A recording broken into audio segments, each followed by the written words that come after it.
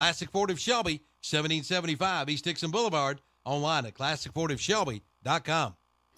Trusted, tried, and true. Those three words represent the highest standards for the Kawasaki Mule side-by-side. Trusted means being built strong and built to last. Tried means being put to the test by hard-working people doing the toughest jobs. True means staying authentic to the roots that run 30 years deep. Kawasaki Mule, the definition of trusted, tried, and true. See the Kawasaki Mule today at Full Throttle Power Sports, 101 Indian Walk in Lowell. Gutter Guys in Kings Mountain is celebrating 20 years in business. Gutter Guys is the Carolinas' local leader in the gutter and roofing industry.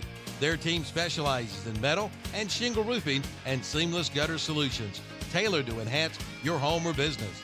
Did you know that gutters that aren't cleaned at least once a year could lead to leaks, foundation issues, and costly repairs? Schedule your free estimate today by calling 704-879-4384. Again, 704-879-4384. Remember the name, Gutter Guys. It's time to head to the old fishing hole, but first head to the great outdoors in Cherryville. Just arrived the new Mega Bass Jerkbaits and the new Fitzgerald rods. And be sure to check out the Fenwick World-Class rods and the Fenwick Elite rods. Also, the Catch the Fever Hellcat rods and the Catch the Fever Striper rods. Be ready. Don't let the big one get away. Hurry in now to the great outdoors, Highway 150 East in Cherryville, right behind McDonald's. Online at teamgreatoutdoors.com. Like them on Facebook, too.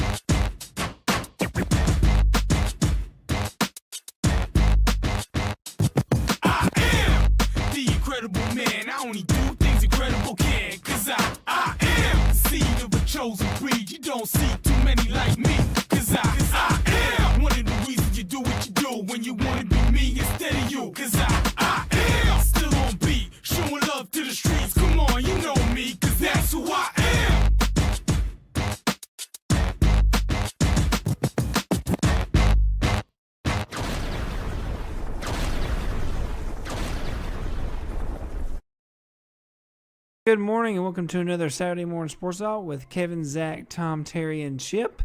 Although I feel Tom's ears relaxing today because Terry isn't here.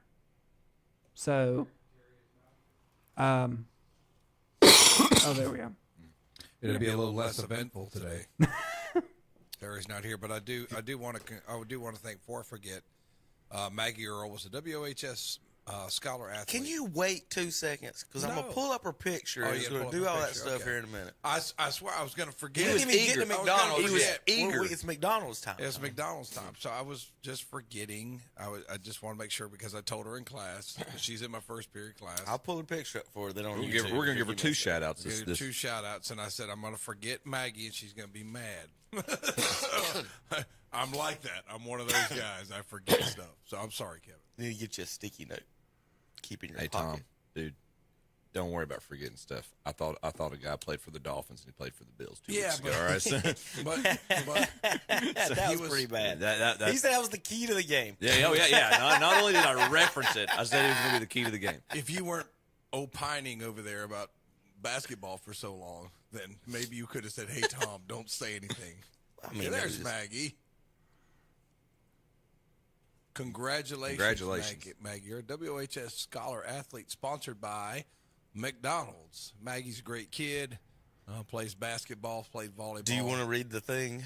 Yeah, sure. Sure. Where's the thing? I'll pull it over for Where's you. the thing? Okay. Well, that got real. It was way bigger on the other screen. Let me see if I can make that bigger. I got my spectacles. Maggie's the daughter of Darren and Danielle Earl. She plays volleyball, basketball, and she plays softball. Grade point average of 4.53.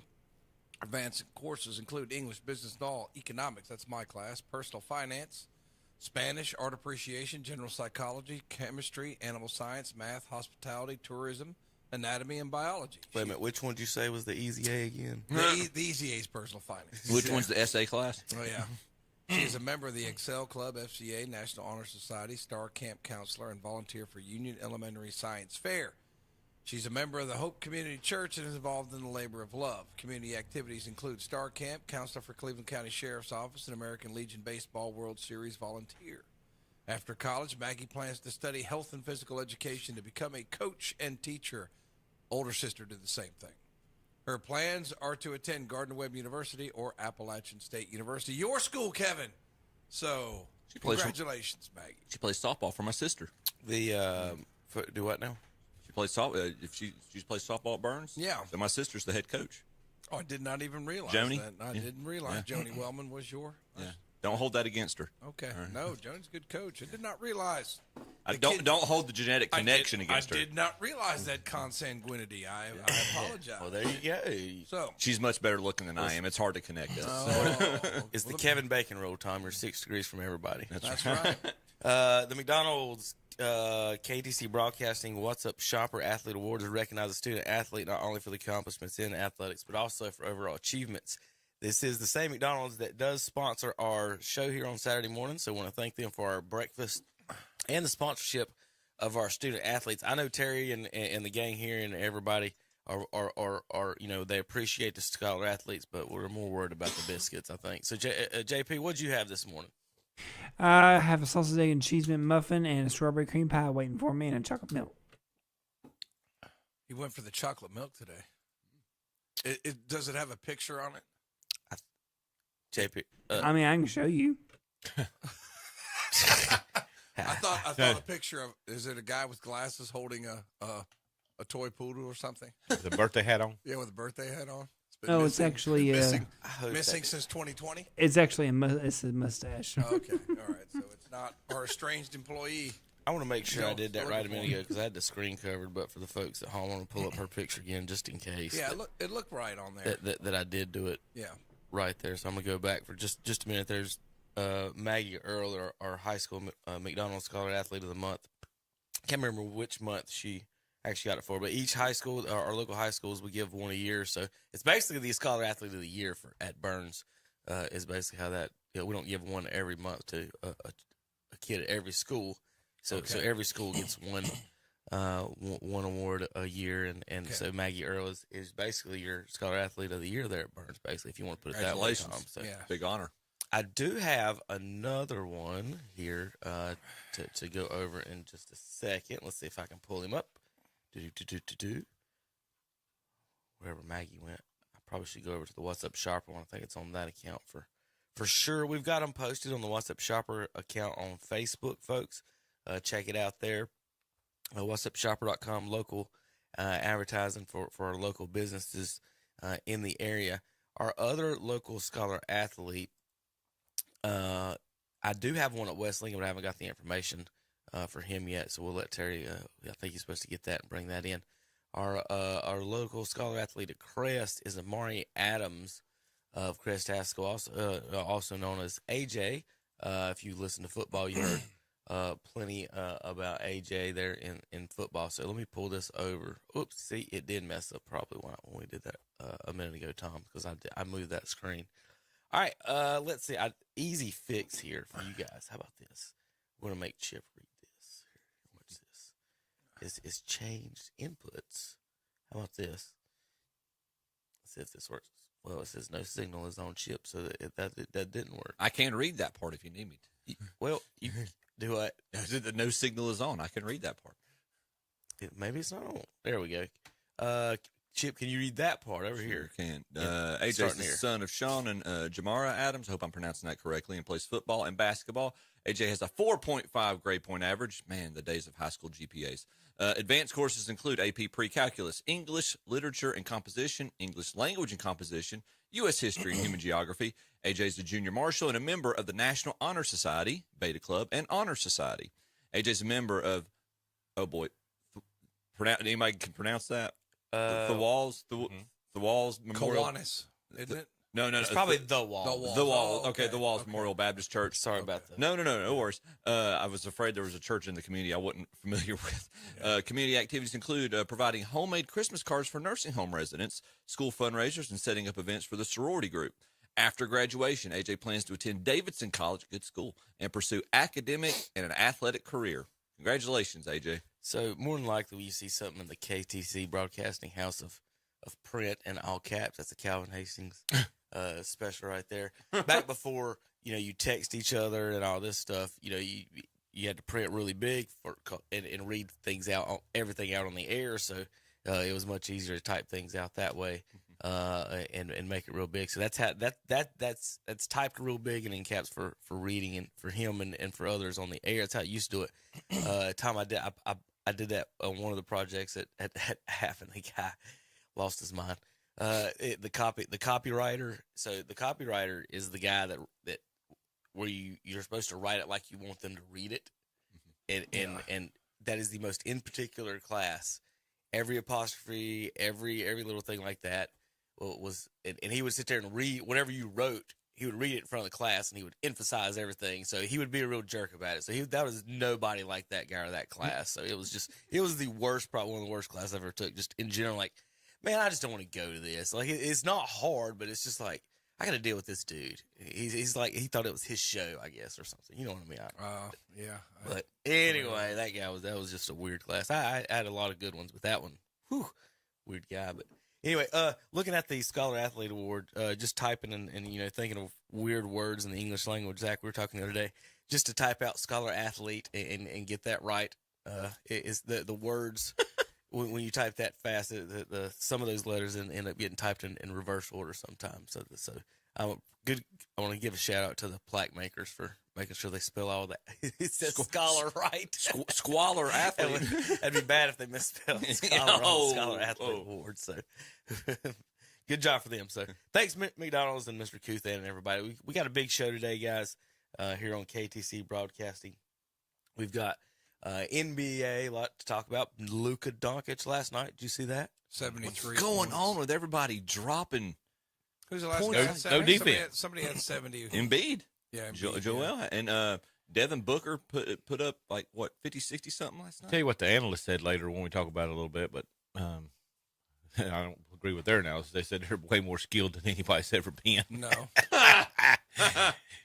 But that's the narrative they want to push. Yes, it is. They're way more skilled, and we hadn't seen anybody like Embiid, and I was like, come on, guys. Yeah. I'm like, they didn't mention one time that defense is irrelevant anymore. Mm-hmm. And the way they call fouls. Yeah. Any kind of, if you breathe on a guy, it's a foul. So. Well, if you've listened to anything that I've kind of alluded to or said over the years on that, is that, they were so desperate to find a replacement for Michael. If y'all, you guys are old enough to remember, and they're like, "What's the league gonna do?" He was after Magic and Larry. What's he gonna do? What's he gonna do? And then it was supposed to be Kobe, and then Shaq was supposed to do it. And then the Colorado thing happened with Kobe, and that ruined his reputation for that as being the face of the league. So LeBron just happens to come in, be the savior, exactly the exact same time that Michael retires. That same year, Michael goes away, Kobe allegations, this and that, and now we got LeBron comes in the league, and then Kobe, and then now LeBron used to look like Scottie Pippen, skinny wise, and now he looks like Joel Embiid. Well, Embiid used to look like that too. If you ever seen a picture of him. Yeah, he does. Yeah. But he kind of grew up impoverished as opposed to what the other. But anyway, my point is that they, like in baseball, everything bigger, faster, stronger, bigger, faster, stronger. All right, this generation is better. At some point, you hit a limit. Put the goal at 11 foot if they're bigger, faster, stronger. Yeah. You know what? Back it up. But they don't, and at some point they're gonna. I can't wait. It's gonna be so fun when this next generation of kids and people on Twitter start saying, well, LaMelo Ball's the greatest point guard ever. Oh, my gracious. Well, and Anthony Edwards and who are the other a couple of other young stars that are coming up? Shai Gilgeous Alexander. Gilgeous Alexander and John Morant. They're better than Durant, LeBron, and Kobe. It's gonna happen, guys. Because those are the people that's gonna see that, and the people that watch them are like, why don't y'all listen to us? We actually watch LeBron.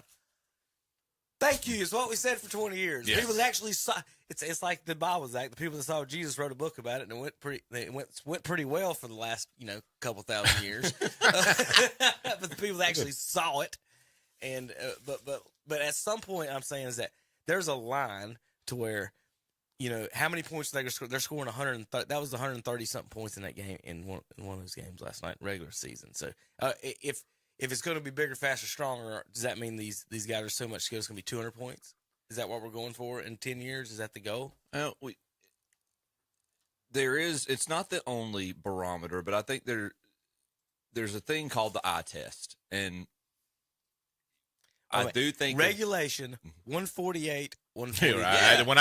When I heard what that's an all-star game. 148, that's exactly what I said when I pulled up about Doncic. Well, what was the total score? And then they got this thing down here and it says, why are the scores so high? And I just want to read this one, guys, and that's going to be There are a lot of reasons, but number one on this list is the NBA has never seen this much skill. Oh my gracious! We've never seen anyone with Doncic's blend of size, strength, savvy, handles, footwork, and touch, allowing him to comfortably create his own shot anywhere within 30 feet of the hoop. No, not Larry Bird. Yeah. Karl Anthony Towns, okay, let's throw him out, has proclaimed himself the greatest shooting big man of all time. And while most would give the nod to Dirk, Cat makes a statistical case. Joel Embiid is a 7'2", 280-pound center who makes mid-range jumpers seem like layups.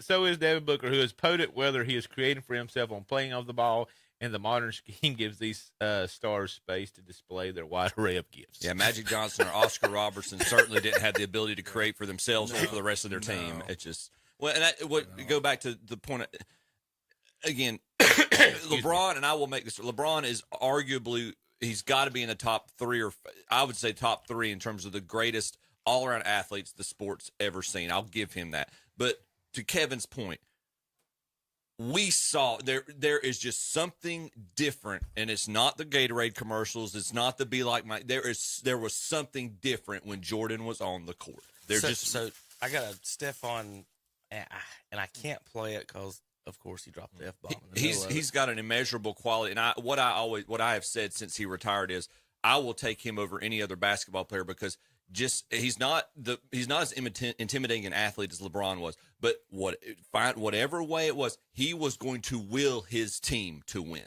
That's an immeasurable quality that he had that nobody else has as much as he did. So I'm trying to find the top scoring games ever, but there's a rant. That Stephon Marbury went on talking about LeBron and basically it was talking about you can't shoot. Yeah, he just said it over and over. He's like talking about Kobe and everybody. Well, your point last week, he has no move.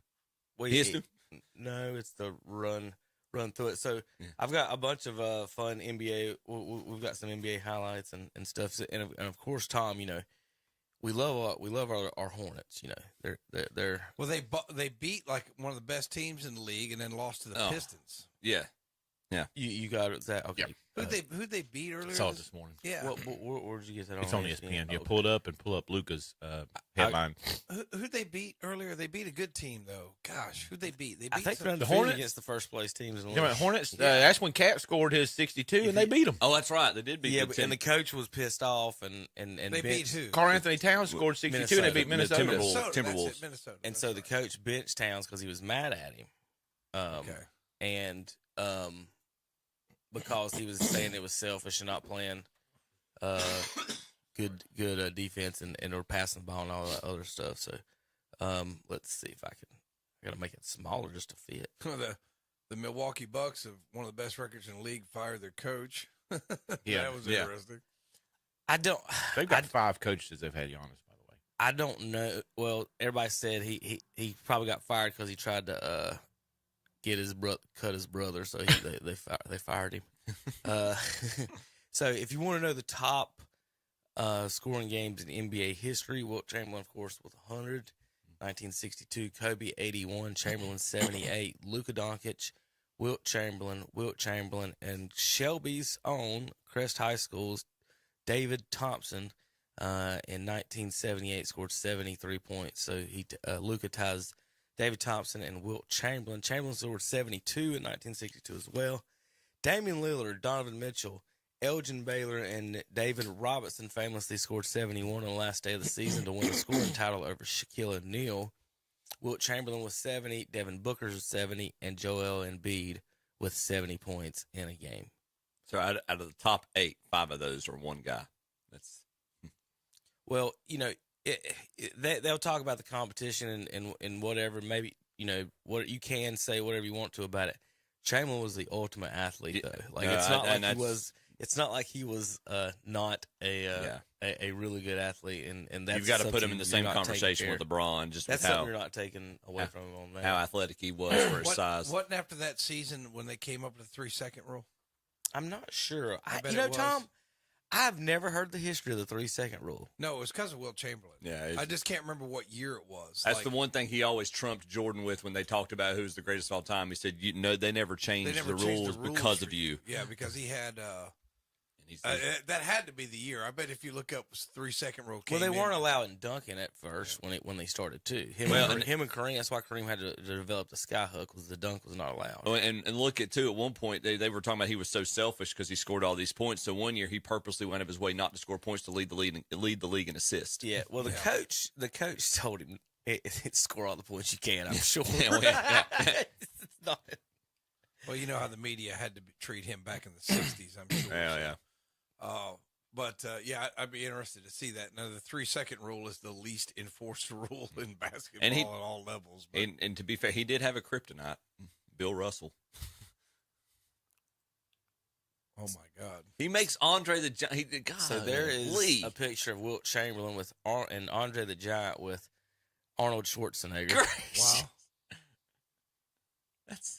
Wow. Arnold Schwarzenegger, Tom, notably, has never hit a home run.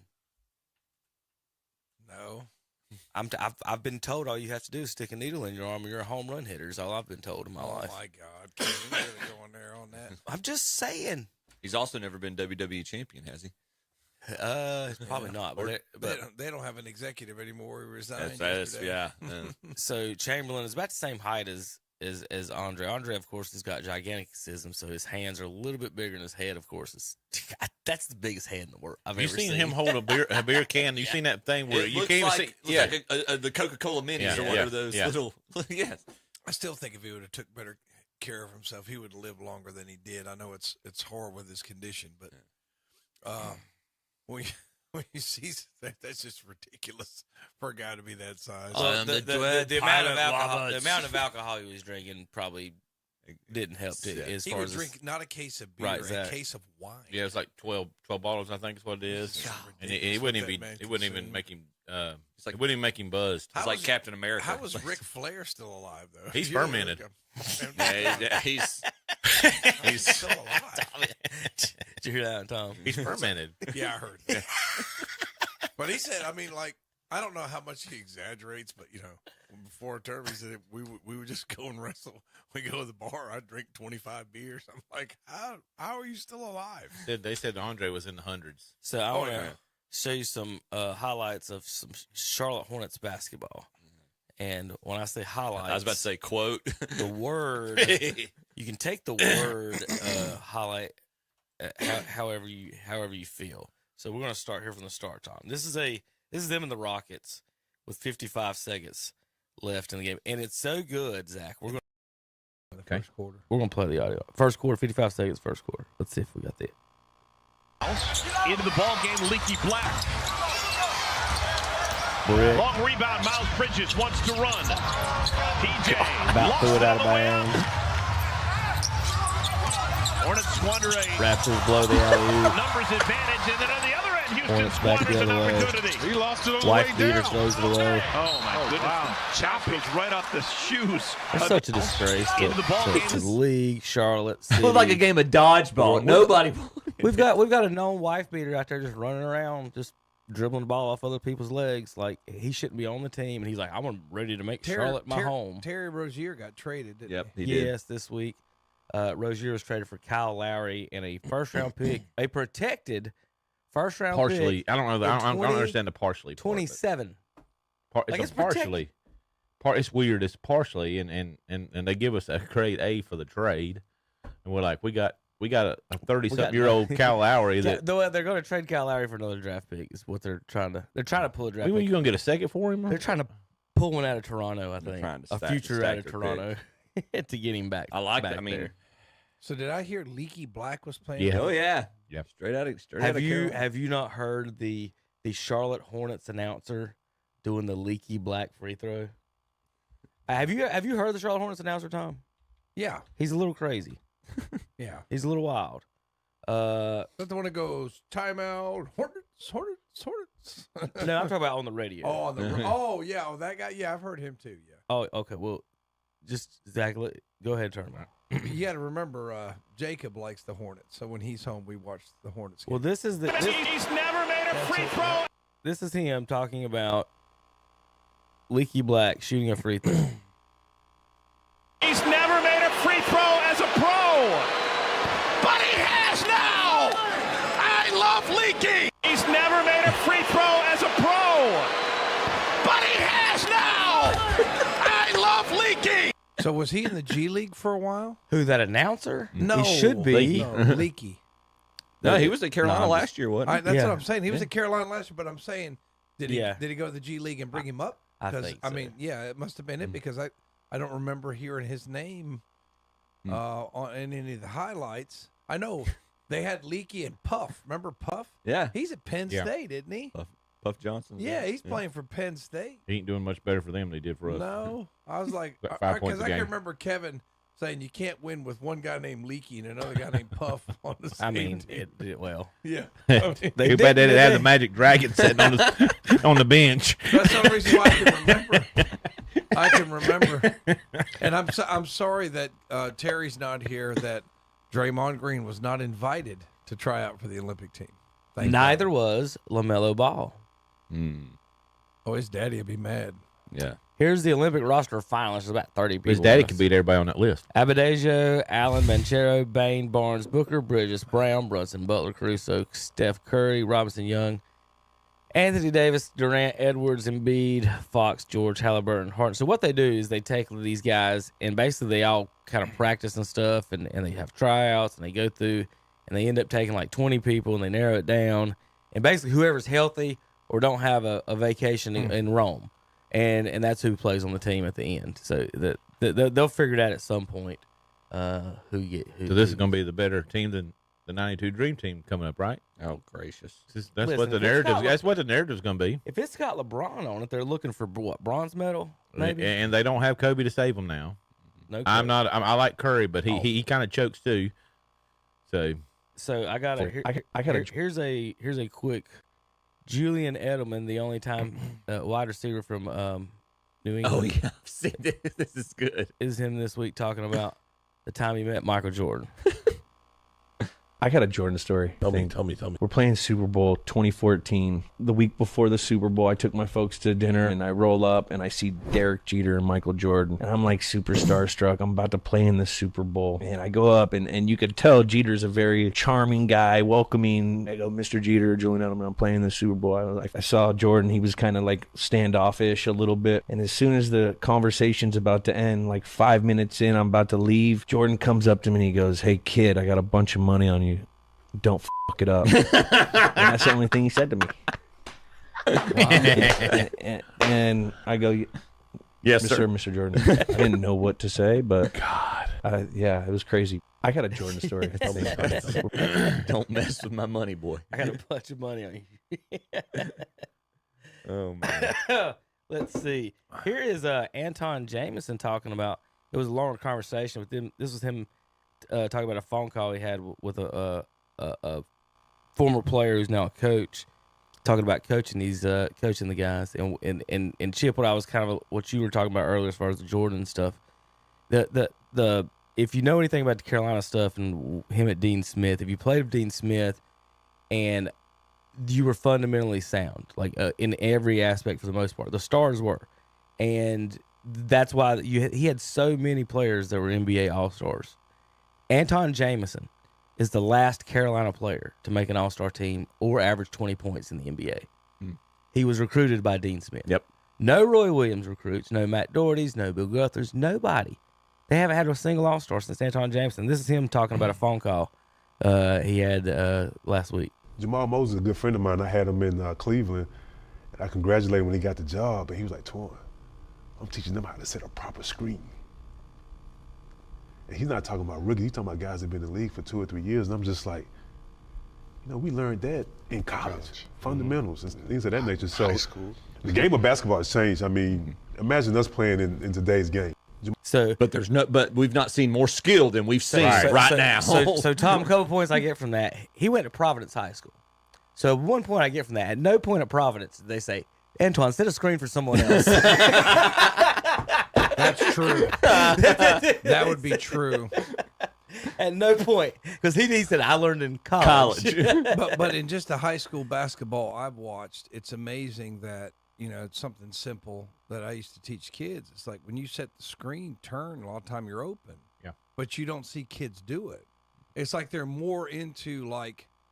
I saw like a big screen and a kid hit another kid and went down and just like sat down there and just looked at him when they fell. It's like, man, you're supposed to move. That player's out. Now you have an advantage if the foul's not called, because there wasn't a foul called on either one of them. You've got a 5-on-4 at least, right?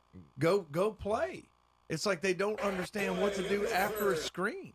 So here's Anthony Davis. I showed this last week. You mean Jordan? Anthony Jordan? Yeah, Anthony Jordan Davis.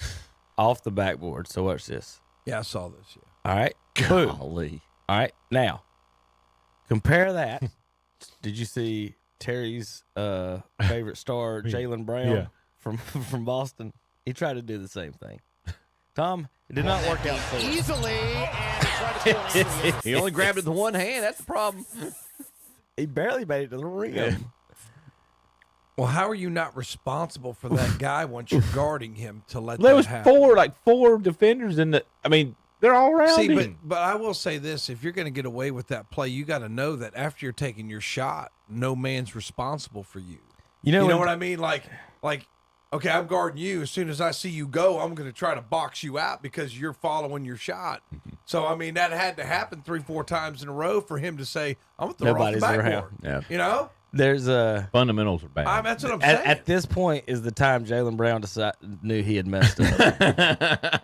Like when you throw it off the backboard and your hand don't get above the rim, you messed up on something. Settle for the layup, buddy. I don't know if lost your hops, or I don't know what happened to him, but I mean, he's not Anthony Edwards. we had a little box play where, I mean, you would just like trade sides, scream for each other, and turn around. And like in a JV girls game, I would always get 1 or 2 baskets out of that. So all you gotta do is like turn around after you screen, just screen and turn right there. Right People there, forget it is. about the screeners. And I mean, it's just like it shocks me to hear that, but it's all like a screen is not going to get put on an Instagram. Right. That's where we're at now. You know, an Instagram post. So that's why it's like, well, the law started screening, and that's one thing. I brought up, today's Maggie Earl Day, but one thing Maggie does is takes like a 10 to 12 foot jump shot. You know what I mean? And you don't see anybody doing that. It's a 3-pointer, or I'm going to the rack. Yeah. I mean, it's just The like mid-range game is diminishing. Right. And I've told her that. I said I do appreciate the fact that you actually have a mid-range game. Like stuff like that just doesn't exist anymore. Well, and what I would say about as far as the mid-range game is that's where you get your extra points from. Like you guys pull your threes and get your layups. The mid-range game you can get your extra points from because that's the guys who end up open when you move the ball around, when you do set screens. Those are the ones that open, catch, and shoot. And then also if you hit your free throws. This is a picture of Wimbayana. The guy whose face is at his mid-thigh is 6'10" Marvin Bagley. Gracious. That's an alien, Tom. Oh, I know. Like we thought Boban was big, was something. This guy's an Boban alien. is the big. I haven't seen Wimbayana, but Boban is the biggest human being I ever saw. And that's back when we used to be able to go down there and get on the court and take pictures and stuff. We didn't start doing that again, Kevin. That was fun. Yeah, I've got a. I mean, he's like 2 inches off the ground. Yeah, I'm the exaggerating. Hornets made me. I mean, not the Hornets, but the Panthers made me bitter about that. And the Hornets, I personally don't want to go back while Miles Bridges is there. Yeah, I can understand. And be a part of promoting them while he's there. I'm not a big fan. Yeah. They've got to do so. I mean, Bagley's 16. trade him for something. What's the point of keeping him? Trade him for anything. You traded Rozier for crying out loud. Anyway. All right. Well, real quick, one more video. We got to go. That's our NBA basketball talk. But I do got one more video for those fans out there. This is Bronny James leaving the SEC's floor for warm-ups. So I won't spoil it. I saw it. I won't. Did you? I won't spoil it. I was because hoping you'll you be hadn't mad- seen it. You'll be mad at me if I spoil it. I was hoping so you I hadn't won't. seen it. But this is awesome. Zach, have you seen this? No. So this is Bronny James, and we've all done this. We're all kids. We all like to do what he was trying to do, but he kind of misplayed this. This is Bronny James. I'll let Chip. Let's let Chip do the play-by-play of this. Okay. All right, Chip. You got play-by-play of Bronny James headed to the locker room against USC. Bronny James taking it down in the locker room. Oh, he went straight stormtrooper on it. Boom!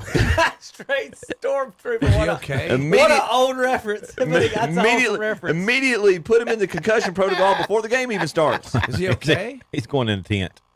Sure, he's okay. He's LeBron's son. But he jumps up for the folks on the radio. Oh, God. For the folks on the radio. All right, so you're a kid, you're running around, there's things hanging from the ceiling and lights and ceilings. You just run and you jump up and try to touch things. See how high you Did he can actually jump. hit it? Yeah. Boom. Oh, Okay. yeah. So Bronny James he jumps up to touch the sign going down the tunnel, and he foreheads the sign. That's bad.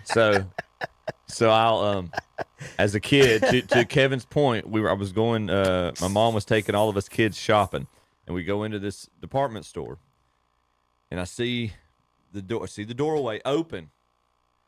And so I go running in. Jordan's still playing, so I'm doing my best jump man logo into it, not realizing while speaking of, I did the Jaylen Brown and realized halfway in the air that I'd made a mistake because it was a clear glass door that was not open, and face planted and everything into the door. So that was I feel Bronny on that. Yeah. All right, JP, we come back. We're going to talk a little NFL. What on KTC broadcast? Is there anything else, Tom, you had on NBA or anything right now? No, I Do you was wanna just go going to over say, anything? I was just, when I was on the court, Boban was there, and the ball, went, caromed on over to me, and he put his hands out like that. I was like, I better not hit this guy, or he's going to kill me. Bounce pass. That's the biggest, definitely. Jack and a That's beanstalk. the biggest human being I've ever seen. But you don't realize how big those guys are till you get on the court and look at them. It's like, holy cow, that guy's huge. But anyway, that was just one of those. When you see him in person, you're like, man, it doesn't matter how good my jump shot was. Right. Does it? No, you start to realize all these people that think they're going to play in the NBA. You need to go courtside one time. Well, that's why I say guys that are 6'4" to 6'1" across the world are the best basketball players. Because think about how good you have to be to play in the NBA as someone who's Play at that the level. average height. Because everyone else in the court's 6'6" and above. Yeah. And you see guys out there that can't dribble or shoot. That's you on a basketball court and a big man, and they mess stuff up, and you're like, man, I can do everything that you can't do, but you're just tall. Right. You're just tall. You can't coach height. You can't Right. teach height. So, Too bad. real quick, Boston's in first, Milwaukee second, Philadelphia third, Cleveland fourth. JP, give me a minute. I didn't mean to. I did. mean to Cleveland go to this. 9-1 in their last 10, boys. Moving up. What moving about on up. that? Without Mobley 7 and without games out. Garland. So back to Charlotte real quick. They're 'cause 10-33. Yeah, I mean, do you? It sounds like y'all are not thrilled with the Rozier trade. I mean, it don't matter to me on this. He was at this probably their point. besides LaMelo, he was their most valuable asset that they were going to trade. should they have got more out of it? You think? It just depends what they get for Kyle Lowry. If they get another first round pick, then that's cool. I listen. I like the direct. I mean, they've got to blow this up. This is not working. Well, the thing about Charlotte, and we've talked about this for years, is on this show, Chip, is so you have to overpay somebody like they did Gordon Hayward. Right. To do that, you need cap space. So when you trade, I don't mind them trading players that aren't contributing to them being a winning franchise for draft picks if it's freeing up cap space like that. So Rozier can go, Gordon Hayward can go for draft picks. Miles Bridges can go for draft picks. You should be able to get 3 first round draft picks just out of those, and clear space right to sign someone who doesn't beat his wife and can average 15 points a game. That would be a good start for the Hornets. I mean, then if they really want to, like the Lakers should, trade LaMelo, trade your player that's not contributing to winning when you can get assets, good assets. You can get something. Somebody will give something up for LaMelo. The other ones you're getting draft picks for, but somebody will go for it. You don't think Philadelphia, that dodo, was it Morey, that loves James Harden? Yeah, I bet he loves LaMelo Ball. I bet he loves it. If these people are getting stuff for Ben Simmons, Well, Ben Simmons. we can get something for LaMelo. They are in 13th place, 10-33 right now. He got touch fouled last night. I don't got the highlight of it on one of them. But the Cavs story is an interesting one because you have two good players go down and you're playing well. I think who's Ewing playing theory. good is Donovan Mitchell. Yeah, Garland's not there and Mobley's not there. But sometimes I think that you got too many cooks in the kitchen. Yep. And that's what they've Look done at with the basketball. Like, you're year. better off with fewer. You know, but these guys don't want to. They don't want to sit the bench. They got to make the Instagram highlight. That's a reel. good comparison. I mean, 2 years ago, you got Caleb Love to accept his role. Last year, he was like, "No, I'm going to get mine," and he and RJ couldn't share the ball as well as they did when they made their tournament run. And now RJ's not having to try to share that same role with Love. He's thriving right now. Well, it's a little bit. There's different reasons for that, Chip. Fair. There's way different reasons why for Maybe that. a 1A and a 1B. We talk about that in a minute. I'm just talking about the on-court stuff, all right? Yeah. Well, you don't. I was just talking about the more continuity that they have without the animosity on the court, too. You don't pass it to someone who your girlfriend's just staying at his house. There we go. Oklahoma City Thunder 1 and Minnesota number 1. Out west, Clippers 3, Denver 4, Sacramento 5. Harrison Barnes scores a career high 39 points against his former team, Golden State. Something that 39 does not seem that impressive after what we watched this week. But right, but what I was gonna, for Golden State, don't forget, and I say this all the time, that they decided to keep someone like Draymond, who kicks people in the man parts and punches. Did you get that video I tagged you in this week? Punches his teammates, and they got rid of Harrison Barnes, they got rid of Kevin Durant, and now they're blaming Andrew Wiggins for everything. Mm-hmm. All the guys who can actually play basketball. Well, who was their young they get guy? rid of, Tom, and blame them for their fault. Who was their young up and coming? As opposed to the power forward over here averaging 7 points. Not Barnes, but who was the other up and coming guy for the Warriors? They got you talk about right now is Kuminga, and he's averaged like 28 points the last 4 games, so they're playing him more right now. So they're trying to see about that. No. He was with the Golden State. Traded another guy. Well, they drafted Wiggins at second and got rid of him. Not with Andrew Wiggins, Wiseman at second, got rid of him. But again, to me with the Draymond stuff, they're like, well, he's this generation is Rodman. Rodman averages 15 points a game. Rebounds a game. Draymond averages 7. He's all he does, Tom. That's is a dribble disrespect the ball to Dennis Rodman. Stands in the middle like hands it to this. Steph Curry, or he used to hand it to Clay, and they're losing now because Clay's not athletic because he's injured and he's done. He's old. He's just done. All right. Anything else out west, or for you guys want to get out of here? Oklahoma City, soon to be home to the world's tallest building. Really? Yep.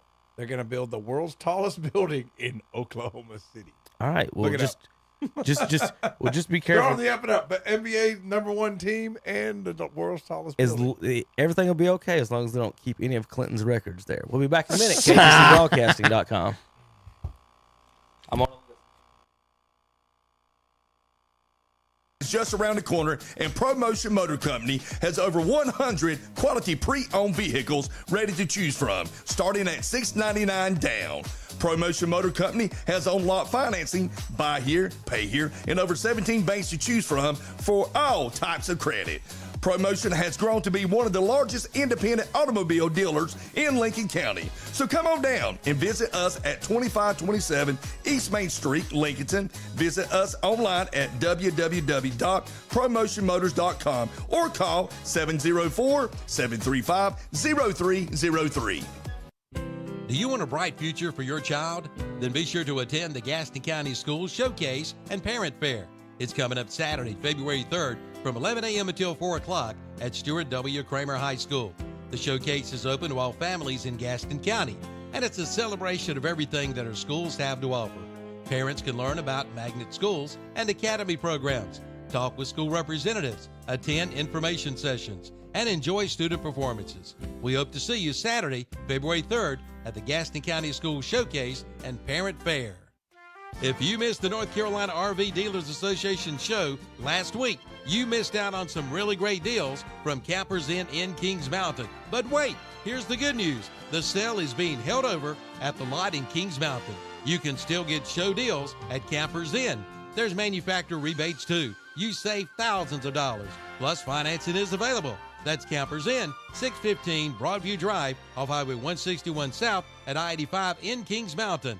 Online at campersinn.com. Now is the time to get your certificate of deposit with Carolina Federal Credit Union in Cherryville. And right now, you'll find certificate of deposit rates up to 5.25% APY. APY is the annual percentage yield. Minimums apply. NCUA insured. For more information, go to carolinafcu.org. Again, carolinafcu.org. Carolina Federal Credit Union, located at 1200 East Church Street in Cherryville. Call 704-435-0186. The Cherryville Golf and Country Club has new renovations and will be expansion on golf. Having a wedding reception? Cherryville Golf and Country Club banquet room is the place for it. Private parties, birthday parties, and corporate events. Cherryville Golf and Country Club, 200 Club Drive, Cherryville. Call 704-435-6597. It's a big winter savings sale at Renato Honda and Renato Kia at Renato Auto Mall in Shelby. You'll find 20 pre-owned vehicles under $20,000. At Renato Honda, take a look at a 2011 Chevy Silverado LS, priced at $12,995. How about a 2013 Nissan Altima SV, priced at $10,981? Or you'll find a 2015 Dodge Challenger RT Shaker, priced at $79,995.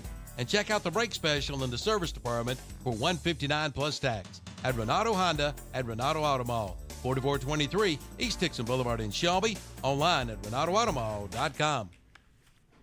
And we're back on Saturday Morning Sports Out with Kevin and the gang. They're talking some more sports. More sports. More sports. So Very broad term. I've had it on the list.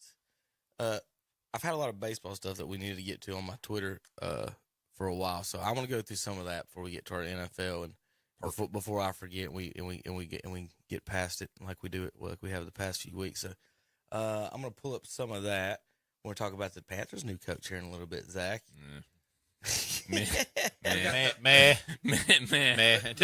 Until I heard some discussion this week, I kind of got a little less mad. It's nothing against him. Just He got a lot out of Baker Mayfield, I think. And I didn't know he was with Geno the year before that. yes. All right, so here, And Russ. here's our daily war is a stupid stat, not a stat thing.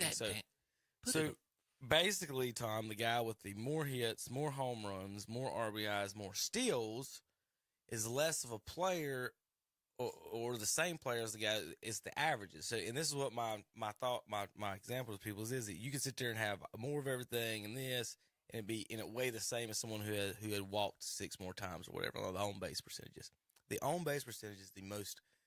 But they've just went into that like it's the greatest thing in the world. Walker strikeout. Either you're doing nothing or you're coming to first. Are you going to get to second? Are you fast enough to get to second? Yeah. Or can you steal second? They don't even steal second. The guy that steals second, no, that's pretty good, Zach. You take Ricky, won't you? Yeah. All right, I lost my spot there for a second, but that was a weird one. That was comparing Aaron Judge and whoever Louis Robert Jr. is. Did either one of y'all ever heard of him? I have heard of him, but all right, Tom, not in the same conversation as Aaron Judge. Tom, this is kind of neat for you. The St. Louis Browns played here at Sportsman Park, and this was the Cardinals played too. This is the old Budweiser sign. They were showing old parks back in the day, the neon sign of the Cardinal hitting the ball and lighting up the Budweiser scoreboard. That's pretty big. That's pretty tech savvy for back then. You remember the old the Marlboro Man's at the field? Tom, you ever seen a smoking Marlboro Man in a field? That's like Star Wars in 1977 right there. I can remember Manny Ramirez and Bayerg and them. There was a Marlboro Man down here in because this is Tobaccoville. I can't remember the Indians, whichever Indians won down here. Cherryville won a state championship at one of the fields. They had a Marlboro Man up there, just like in the movies. And I think Wes Anthony may have hit a home run right by him. We were hoping it was gonna take him out. Here's stolen bases. since Major League Baseball went to 30 teams in 1998. St. Louis Cardinals, 1,473. The next closest, Tom, Minnesota with 2,000. Thank you, Yadier Molina. 500 less stolen bases against the Cardinals while Molina was there. But that says 1,473. Mm-hmm. Oh, against. Yeah, Oh, yeah, loud. okay, The Cardinals gave up 1,400. Okay. The next closest gave up 2,000. Okay. They're the only team under 2,000 stolen bases allowed. Let's see where any of the other teams, our teams are. Cleveland hadn't had a really good 2,400. catcher. Where's the Braves? Oh, right there. Okay, I see him. Them and Right. Cleveland at both 2,400. So the Cardinals had 1,000 less stolen bases over that time. Not 1,000. It's more like 600. Well, he's talking about versus the Braves. He's talking Talk about about your versus the team. Braves. Oh, my team. Or Cleveland. 2,400. You talk about the Cleveland Guardians and the Atlanta Braves down there. Okay. The two tribes down there at 2,400. Under Chip's team, the Yankees at 2,400. Yeah. And the Dodgers at 24. Jorge Posada wasn't throwing anybody out. Well, if you had Yadier Molina on your bingo Yeah. card at home, go ahead and fill your space. Yep. Because we can't get through a show without mentioning Yadier Listen. Molina. He's Goat's going to goat. David Ortiz, career on-base percentage was .380.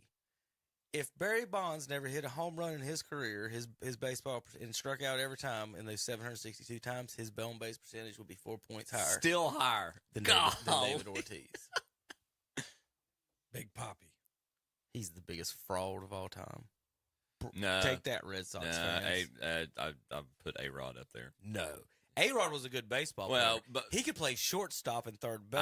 I guess personality-wise, Gold he was the glove biggest throw. fraud. I'm talking about a baseball player. This guy, him and Rafael Palmeiro and not Dean Palmer. What's the other guy's name? Edgar Martinez. Yeah. The DHs that couldn't catch a ball or do anything defensively, they're frauds. And especially the ones that took whatever he did. He gained like 100 pounds of a lot of beard. He got 100 pounds of neck beard. They loved him in Boston, though. They loved that guy. Yeah. Hey, Tom, you want another Yadier Molina one?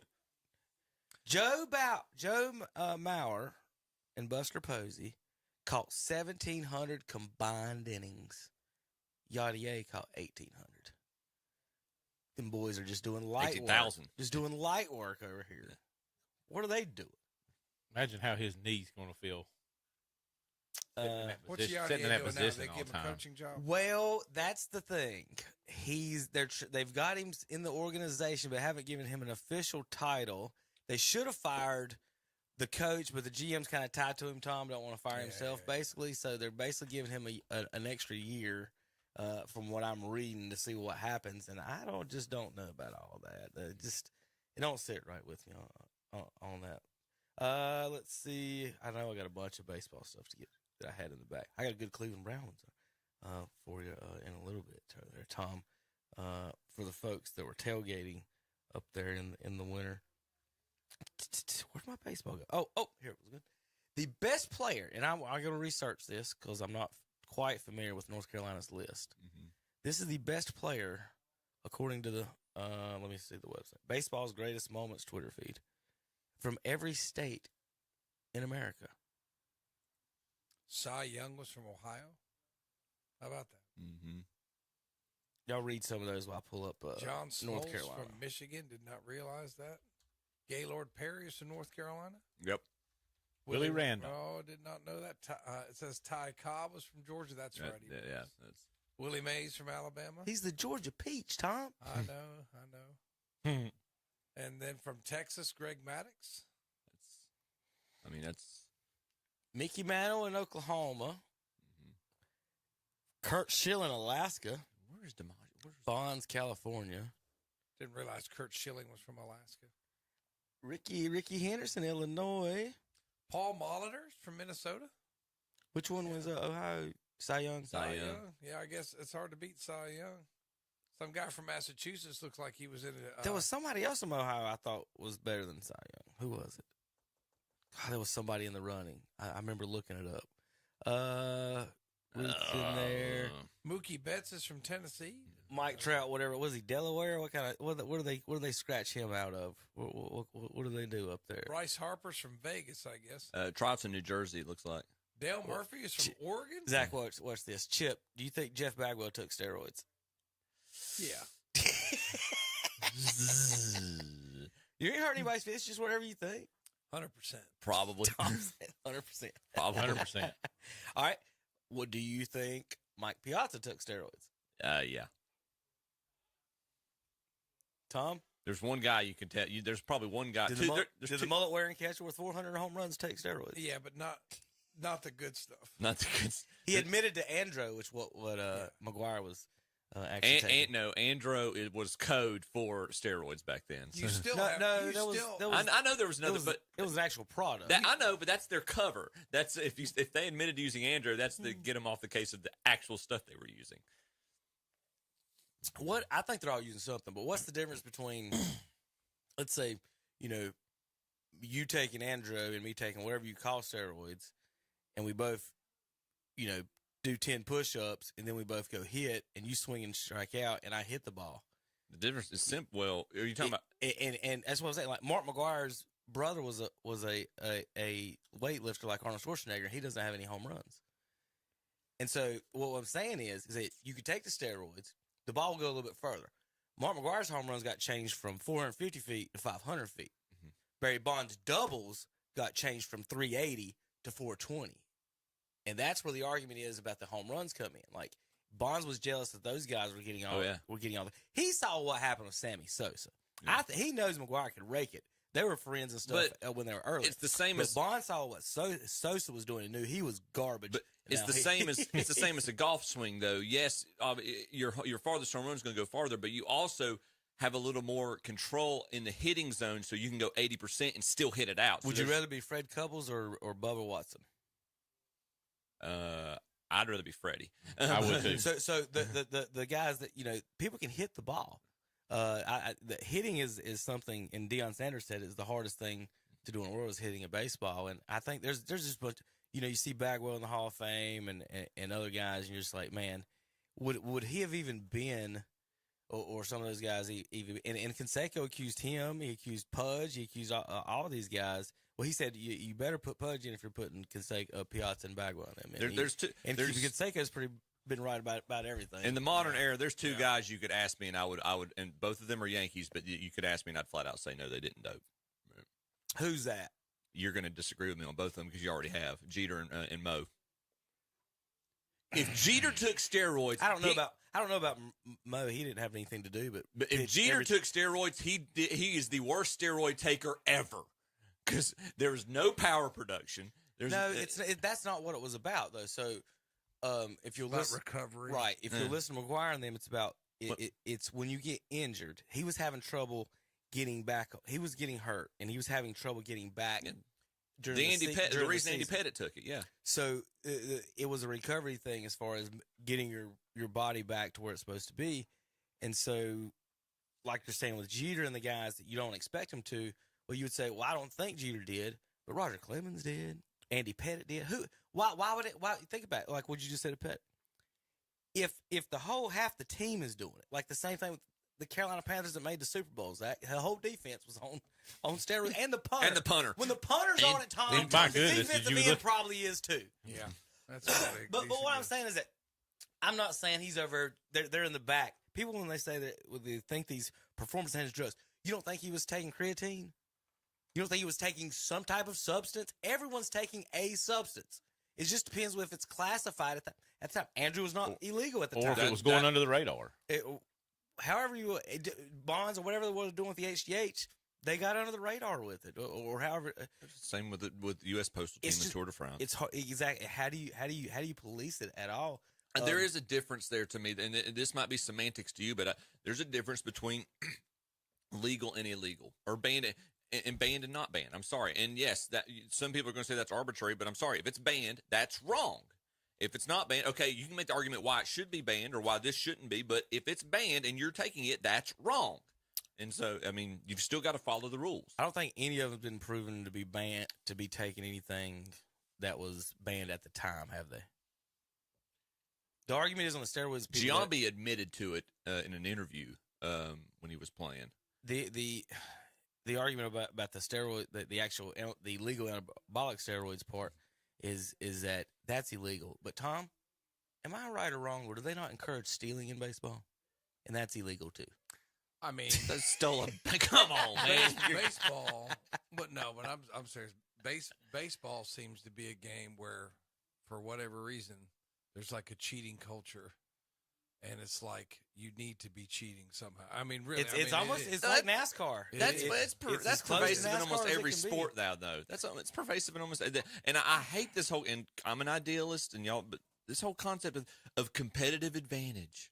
No, I mean, if you can't win doing it right, you're not winning. Well, we're going to talk Hall of Fame votes here in just a minute. Tom, these are the greatest players according to Google from Ohio. I did not realize that. Do you have any arguments with Cy Young? No. You got Roger Clemens, Phil Necro, Mike Schmidt. I like Schmidt. Yeah. Schmitty. Let me pull this down a little bit. It's hard to say that he's underrated, but he really is underrated as a baseball player. Yes. I did not realize that Carlton Fisk was from Vermont. That's pretty cool. Kyle Schwarber, Paul O'Neill. There's some of the greatest Ohio baseball players. It's not really a big baseball state. How about from North Carolina? Yeah, give me North Carolina's. I want to see that. There you go. Yeah. Catfish is from North Carolina. That's right. Mad Bum. Yeah. Madison Bumgarner. Josh Trot Hamilton. Nixon, Kevin Millwood, Mark Grace. Jim Perry. Enos Slaughter. Corey Seager. Gaylord Perry, Brian Roberts. And, of course, Bum made the Josh list. Hamilton. Yeah. Now, Hamilton might have the record for most Coke snorted from North Carolina in baseball. There's our two local guys, Millwood, Bumgarner. That's what, is that? I think Perry's a good pick on that. That's Millwood's on the most no-hitters out there, probably. He didn't throw one at Cherryville. Mad Bum, of course, World Series champion. And That he one may he have did- does he have the most home runs by a pitcher in so many years? He's before definitely up Fryer, there. Gibson. BS, Since before Bob Shohei. Yeah, True. Besides that, yeah, he doesn't count.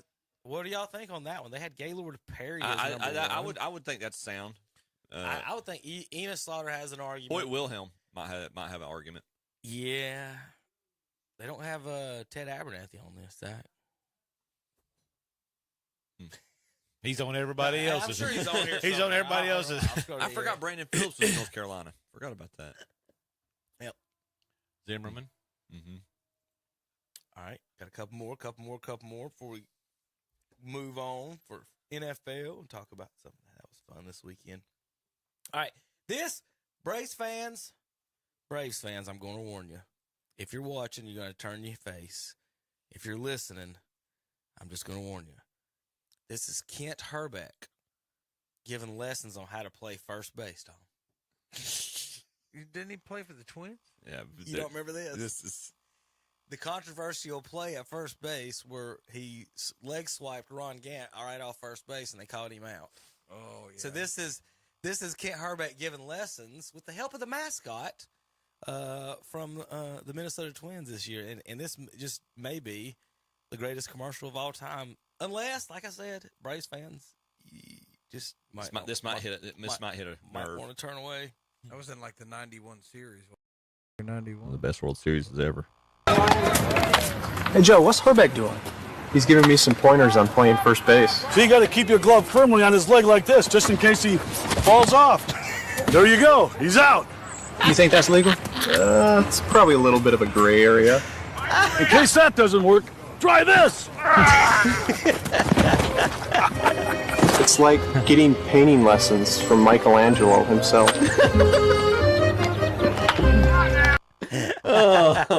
A+ for the Minnesota Twins advertising department. I just want to say this real quick. Zach, do you remember that play? I do. I'm trying to forget that, but and he's not here to defend himself. I'm sitting in his chair today, but we're talking about MLB right now. So the comparison that based on Terry's thesis from last week. Oh Lord. Listen, you done hurt yourself thinking about Terry's thesis. It's based on the number of world or championships the team has. Is that's who should be favored every year, regardless of free agent signings, draft picks, whatever. Correct. That's based on world champ. Okay, so that's why he says Cowboys in the Super Bowl. That's it. Well, all right, you missed this last week. Correct. So all right, let's switch sports now. No, we're not switching sports. No. Chip, you don't do that. Well, we're not talking Cowboys and Terry. What was you getting? We're in baseball. Called down repeatedly for that. No. I'm saying we're going back to baseball here. So, show that again. In that same comparison, go ahead. My Yankees should lap the field in terms of the expectation they should be winning the World Series, or the consensus should be they should be the World Series favorites based on that thesis. Yeah. Okay. We as a fan base, yes, we expect to be in the playoffs and be in the World Series every year. That's the expectation. But looking at yes, we got Juan Soto. We've signed Marcus Stroman. Based on the additions we've had, we are going to be competing. We're going to be struggling to make the wild card again this year in the best division in baseball. So, no, it's not based on what your team did 15, 20, 30, 40 years ago. Chip, how many World Series championships y'all got? 20. I lose count. It's too high. 26. Are y'all in the top 5 in payroll? At least, yeah. Then you have no excuses. I agree. Your expectations are to win it. I understand that, but you're a big disappointment. And y'all should all I pull agree, for other but teams. even with the additions we've made right now, I would not say we are the World Series favorite based on what other teams have. 9 million people live in New York City alone. Well, they don't need people like you in North Carolina pulling for them. I think that's a valid point. It's genetic, man. It's genetic. That's a valid I can explain this at some point when y'all need me to, but it's genetic. What about Kit Herbeck here? I'm Tom, what's your call here? You're the All umpire. Right. Yeah, Okay. come on, Here's, come on, Blue. Number one is you're going to you're throwing somebody out either way. My problem with this is he's not down. Yeah. Get down. Slide. Get down. Make it easy on me, man. And as a Braves fan, and I was upset when this happened, his momentum was against him. Right. He might have come off that without him touching him. I mean, just be honest about it. Now, give credit to Herbeck for kind of disguising this to make it look like that he because Herbeck's taking all the momentum too. This is what I would just say. Kid, you're not down. That's what I would say. I mean, what else do you want me to say? Time. You're not telling Ron Gant kid, first of all. Biceps big. I'm talking in the high school game. If this happened in the high school game. Tom. What are you telling Ron Gant right here? I'm telling Ron Gant. I'm sorry, sir. You're not down. I know he's saying, I ain't got to be down. There's no rule I got to slide. Watch this. He almost is his weight's almost coming. Herbeck's losing his balance. Yeah, that's what, yeah. Herbeck pins his leg to his leg with his glove. But he's doing that to maintain his balance. I do this to my kids all the time so I can tickle them. I would say you got to pin a leg, Chip, and then get the finger. But you don't have that kid running into you while you're doing that, though. Or I would, because if you call him, say you call him in high school, you got to give him a base like you said. I know y'all are not. Y'all can't back up Herbeck when they come out. I can see it, and then do the. I see both sides of it, and then do this. It is a good commercial. That is a good. Yeah, I agree. You can't be like. I think Ron keep your glove firmly on his leg like this, just in case he falls off. The Bears' momentum's not into Herbeck. You think that's legal? It's probably a little bit of a gray area. In case that doesn't work, try this. Congratulations on the Hall of Fame there, Joe. He's giving me some pointers on playing first base. So you got to keep your glove firmly on his leg like this, just in case he falls off. There you go. He's out. That's exactly how you're supposed to play it. Perfect. That's exactly how you're supposed to play. When you do something, when you're a bad guy, like Brady should have done something like that about the deflated balls or something when he was cheating with that. Come out with some good jokes. I'm just saying that that's what I tell every umpire. Like we sit in, and I say, I hope no one listening, but I cannot stand sitting in those meetings because they'll play something like that, and you'll have to hear like 50 different. Everybody people, will give their opinion on it. And it's just like, would y'all shut up? You want to ask me what I'm going to say? I'm going to say, kid, you're not down. Momentum took you off the bag. You're out. And then I'm throwing somebody out of the game because that's what's going to happen. Or if I say, no, that's obstruction, you second base, then I'm throwing somebody out of the game. So what I just would say is, look, take in the information, make the best call you can. You know this one can go either way. The optics of it could go either way. And just make the call and go on. And then these guys, well, what if blah, blah, blah. I was like, just look, dude, you have to realize as an umpire, you're going to get in that situation and you ain't getting out of it. I'm just going to tell you ain't getting out of it. It don't matter what and some of the umpiring royalty. Well, if you would just do that. No, that happens in a travel ball game, somebody's daddy's going home, and you're gonna have to call the sheriff's department because people are crazy because they can't admit that they did something wrong.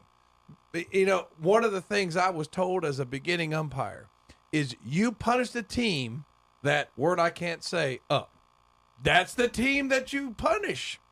So in other words, should you have slid? You should have slid, man.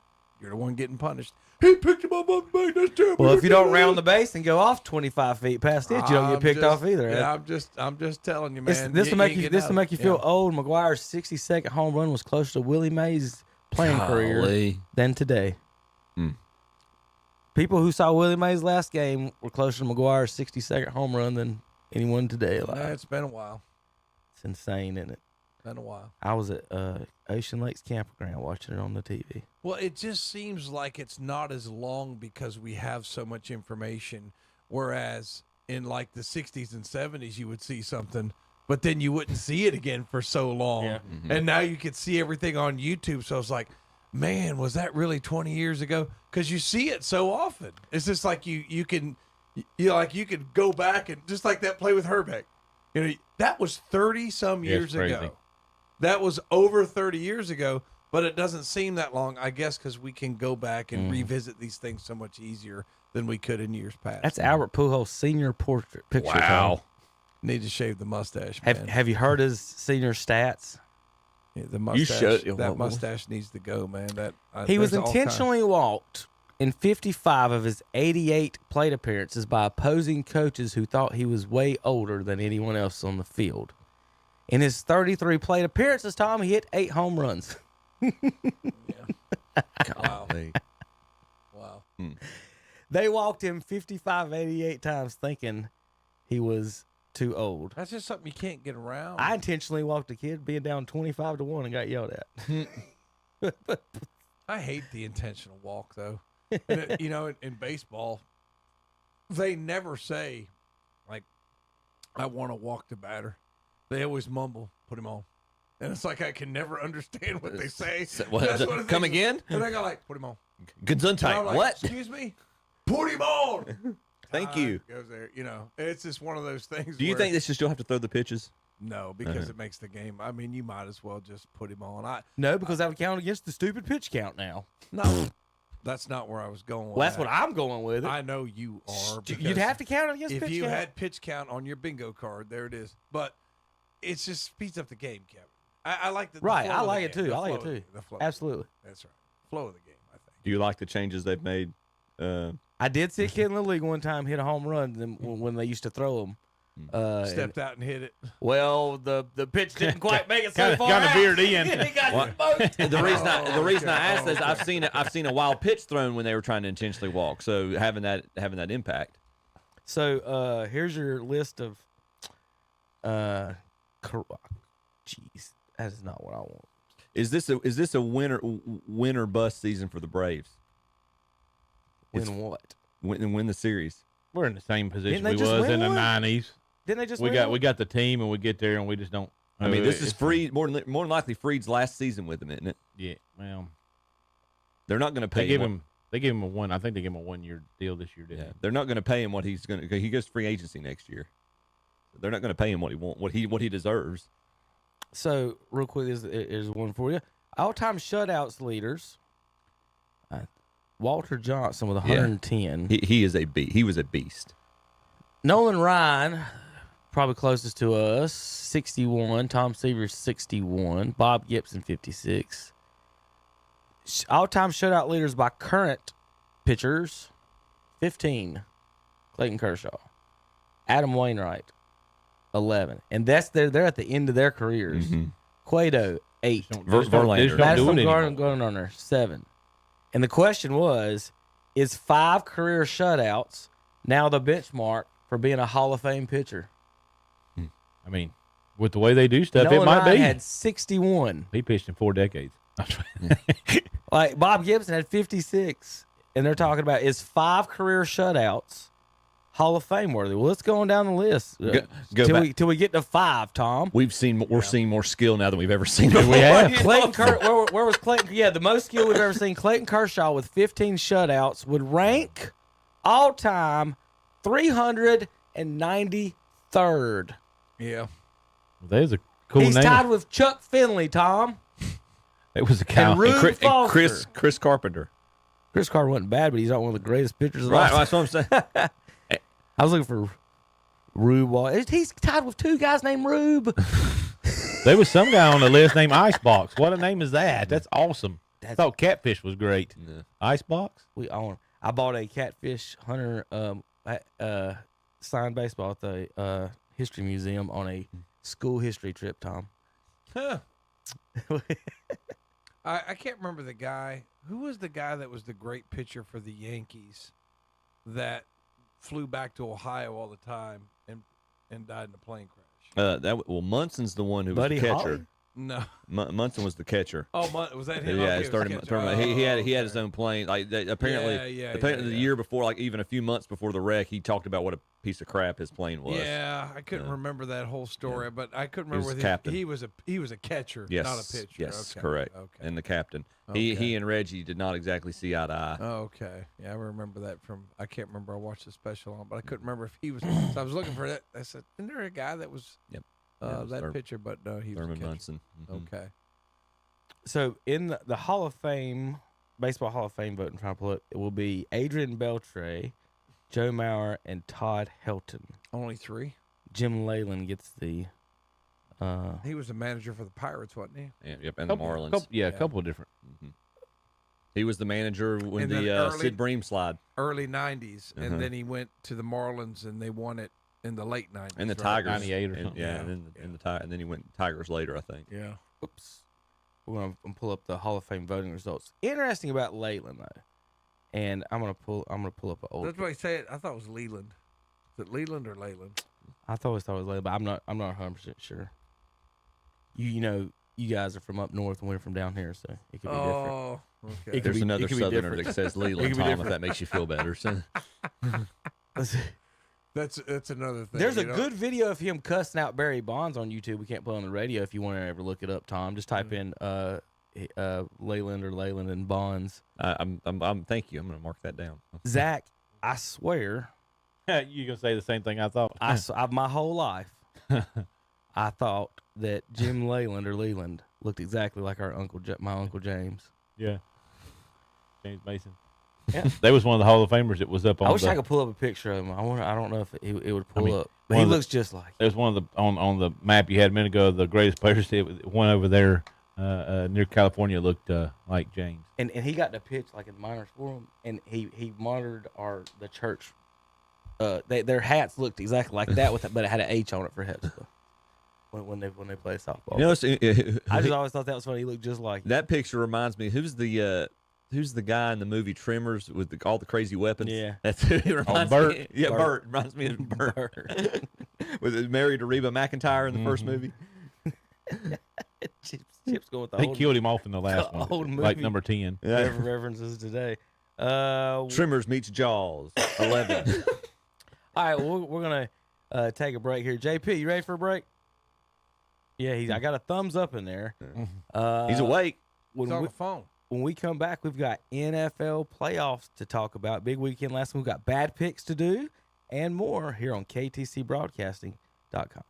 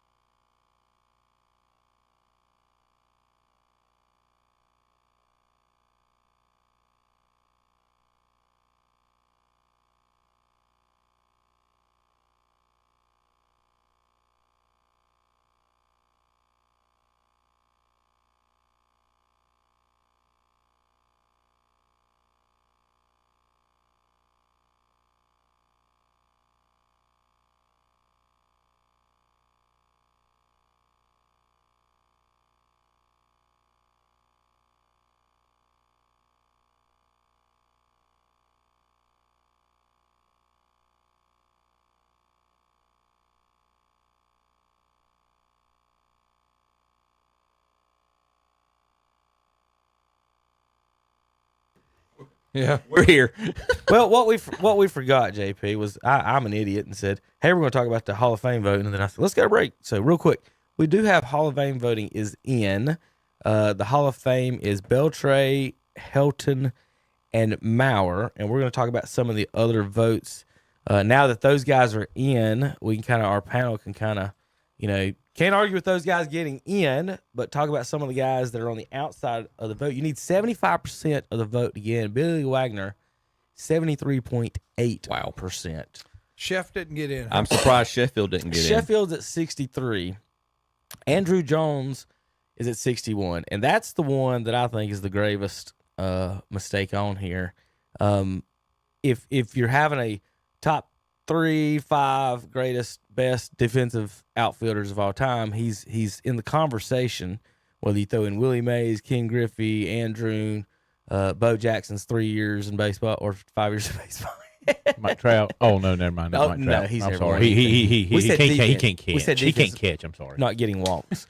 But Andrew Jones, to me, I'm not a Braves fan. Zach is. Yeah. But to me, and I am also one of those people who like the guys who play defense as well, not just show up to the park and hit the ball or show up to the park and just pitch the ball. Defense is They discounted. actually play baseball. Like if you play defense and then you hit, you're a baseball player. You're not a pitcher. You're not a DH. You're a baseball player.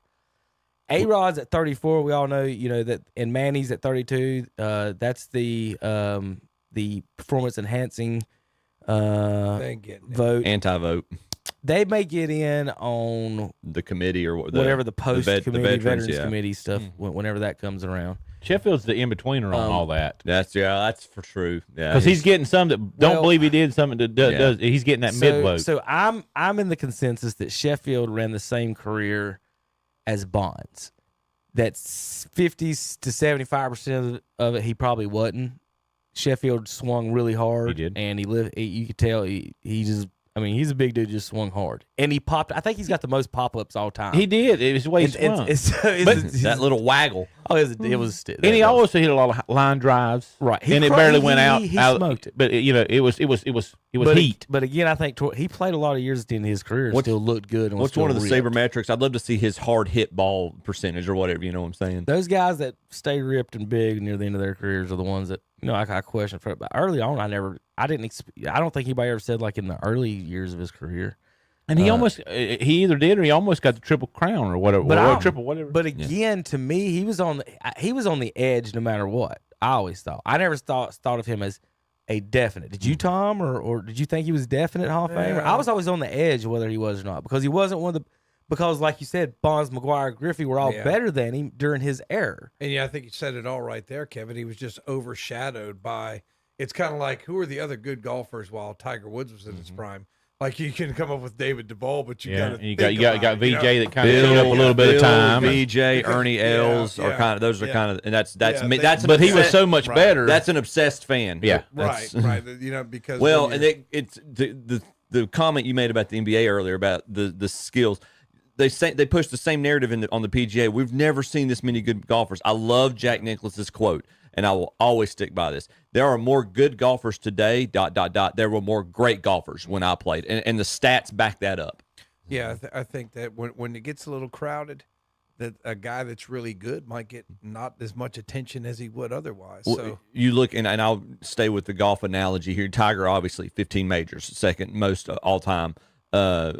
With the events that are considered majors, the best player in Tiger's prime in terms of majors won is Mickelson, who's got 5. He won a 6th one later on after Tiger's prime. He won 5 in the midst of that. You look at Jack, the guys he played against in their prime. Gary Player has 9. Arnold Palmer has 8. Tom Watson has 9. I mean, these guys, they significantly showed up when it was clutch time and were able to perform, and Nicklaus still beat them. And it was one, and there were several of them, not just one other guy. And that's why it's easy for one of those guys, like somebody might not know about Tom Watson as much as they should. You know what I mean? Because and you talk. So what? With Pettit's down at 13%. Pettit was a steroid guy. Right. Here's my question: of the guy, pretty much all the guys that admitted to it weren't rewarded in any way, shape, or fashion. They were like, they doubled down and said, yeah, now you're evil, you're out. As opposed to, we're going to admit it, this is what we did, let's come clean. The rest of the league was doing it too. We're the ones that are going to say we're the leaders. We were the face of it. The rest of the league was doing it. Just because the guy hit 220 doesn't mean he wouldn't do it. I know 2 guys personally who made it to Double-A baseball who said they wish they took steroids so they would have made Major League Baseball because guys they were better than were taking other things they did. He said everybody was. He said they would say 90% of the team is doing something. And that's why I believe that almost everybody is, because they used to not test in minor league baseball, if you remember that. They just started it. So my question is, what's the point of even admitting to it when guys like Bagwell and Piazza deny, and they get in? Well, I mean, McGuire and Sosa and Palmeiro, for that matter, at least in front of Congress. All of them. That's what I was saying. And it's my opinion. We had a Sosa said he didn't speak English after years of video evidence otherwise. Well, I mean, he said, I don't speak English very well. I mean, he's unrecognizable today. He is unrecognizable. Yeah, he bleached his skin. All right, so Tom, Omar Vizquel, 17%. What I can't remember. What was the big controversy? He's the modern day Ozzie Smith.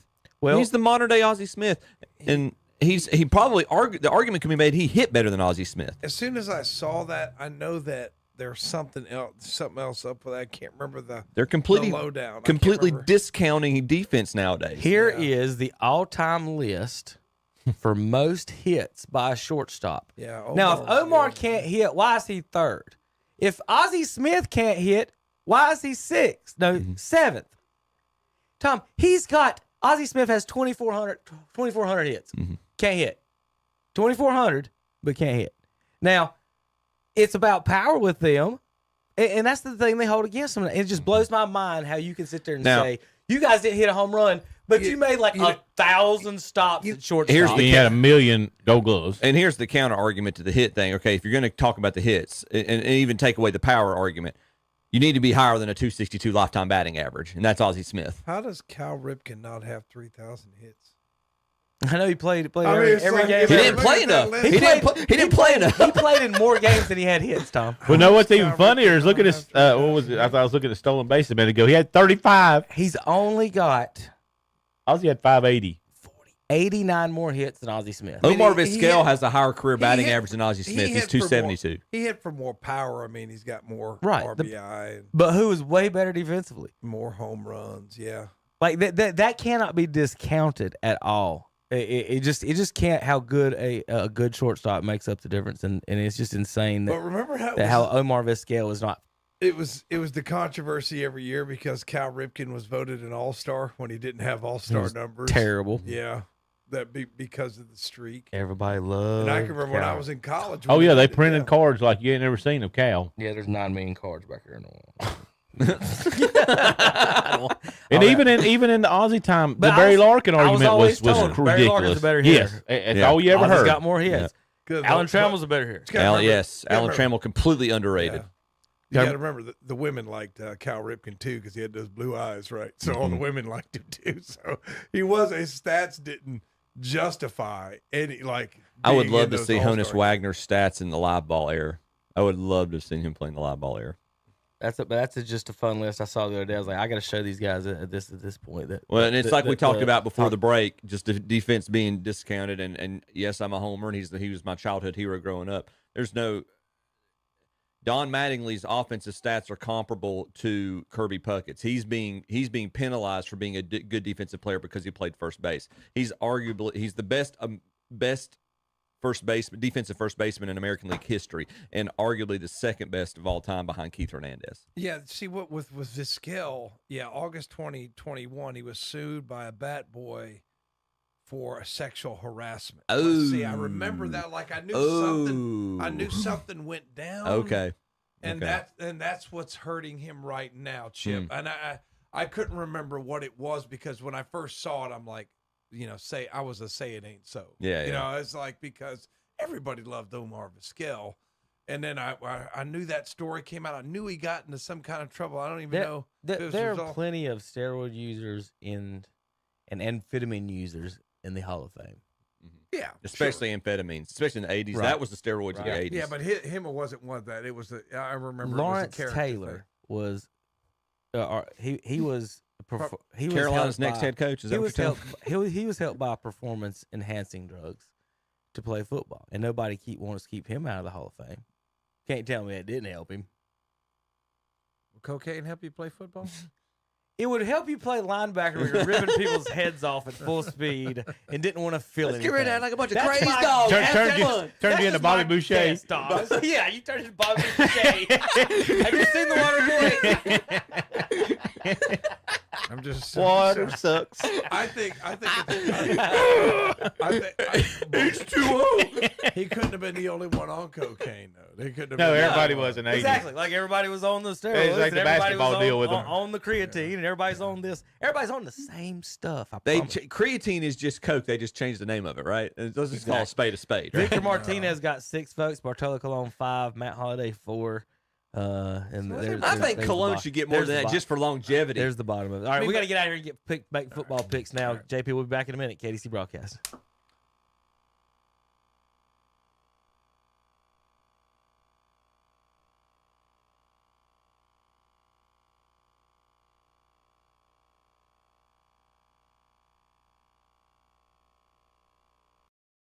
To Bacon, and he gets the run out. Two-handed flush. Carolina, it's Davis. He's fouled and given it. This is your radio home for the Tar Heels. On Carolina Country WCSL and The Boss WOHS. Online at KDCBroadcasting.com. Looking for a job or maybe a better job?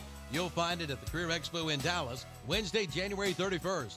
Up to 50 employers from our Tri-County and Charlotte area will be looking just for you. You'll find jobs of all types, from entry-level to management. Register for a free meal and a chance to win a $1,000 door prize. That's the Career Expo from 3 to 7, Wednesday, January 31st at Venture Church, 800 East Main Street in Dallas. For more information, visit our website at careerexpo.work. That's careerexpo.work. Get a steal of a deal on a new steel from Boyd's Tire and Appliance on Main Street in Clover. For over 72 years, Boyd's Tire and Appliance has been serving this area with the finest in steel chainsaws, blowers, trimmers, and more. Gas and battery-powered tools, too. Plus, John Deere has Gravely zero-turn mowers, along with appliances, tires, and yes, a great supply of John Deere toys.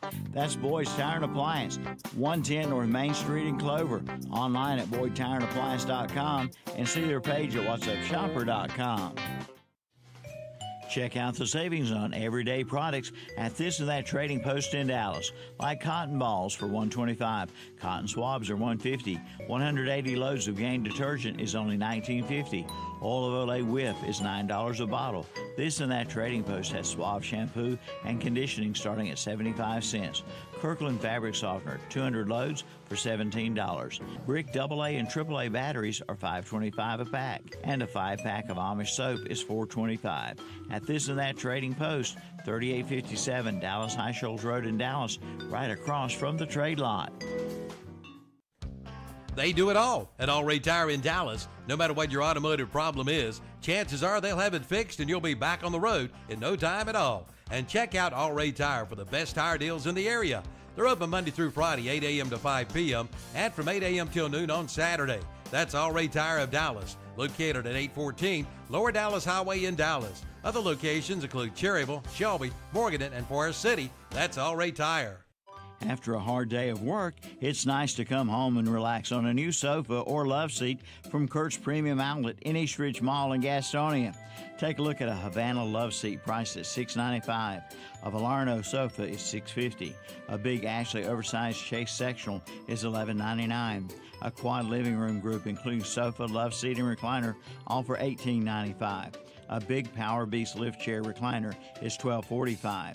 And rocking chairs are as low as $50 at Kurt's Premium Outlet in East Ridge Mall on North New York Road in Gastonia. Like them on Facebook, too. And welcome back to the show with Saturday Morning Sports Talk with Kevin and the gang. They're going to be talking a little bit more about some more sports. I think they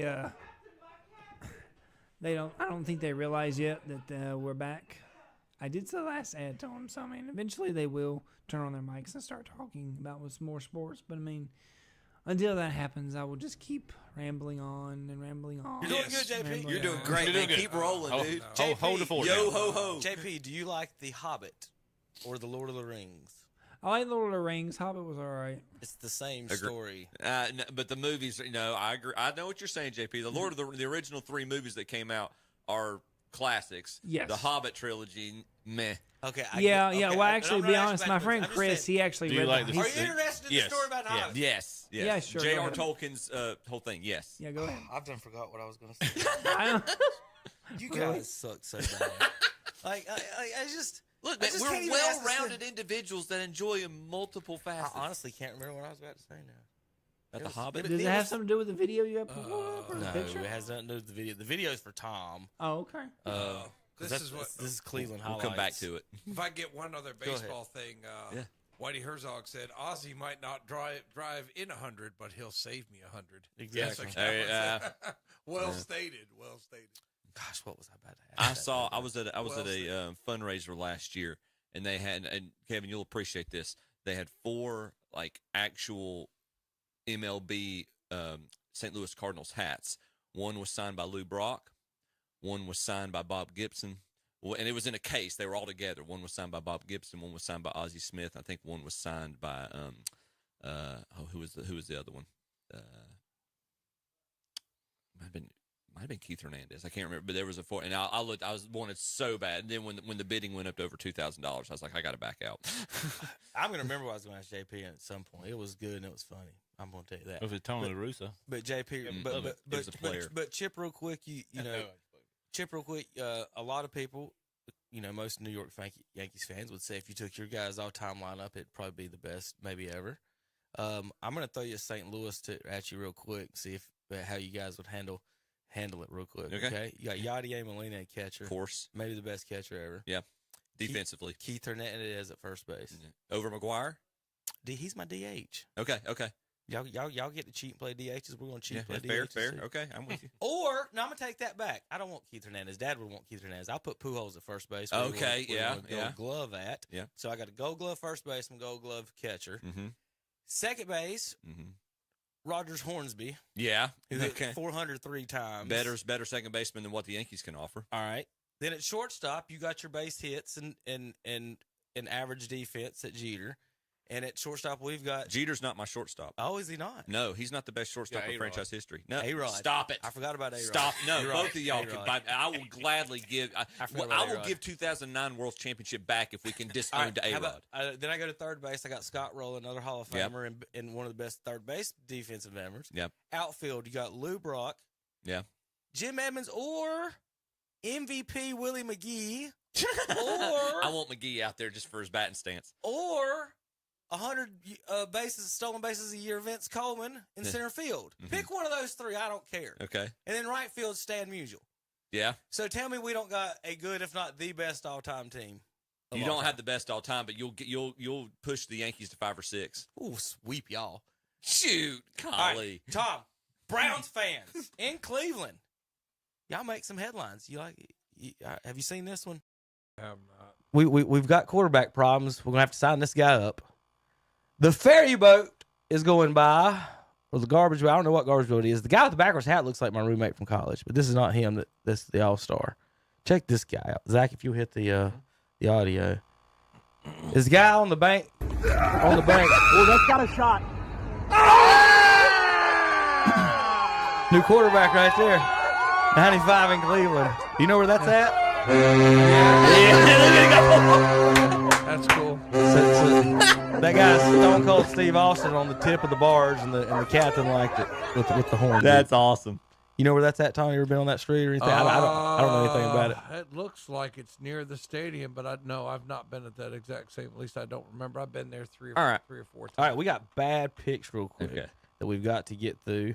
It ain't gonna take long. We didn't. It was just, a lot of games. It was just 4 me. games. It was just me. Basically, I'm missing the lines. But we are gonna run this by you guys real quick from We all missed the Bills. Kevin's eliminator is going to get screwed up because the Lions are going to be in the Super Bowl. Got to win the Super Bowl, Tom. It don't get it. It don't. It don't get it. It don't go until it don't. They have to win it to But screw you it would up. eliminate them first. Yeah, they were eliminated before the season started. They ain't gonna win the Super Bowl. They're Detroit Lions. What are you talking about?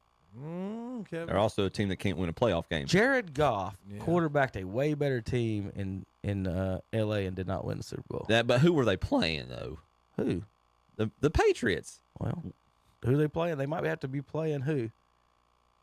Patrick the Chiefs or if it's Baltimore and Detroit, I'm up a creek on that because I don't know what's going to happen. All right, here is bad picks from last week's divisional playoff rounds.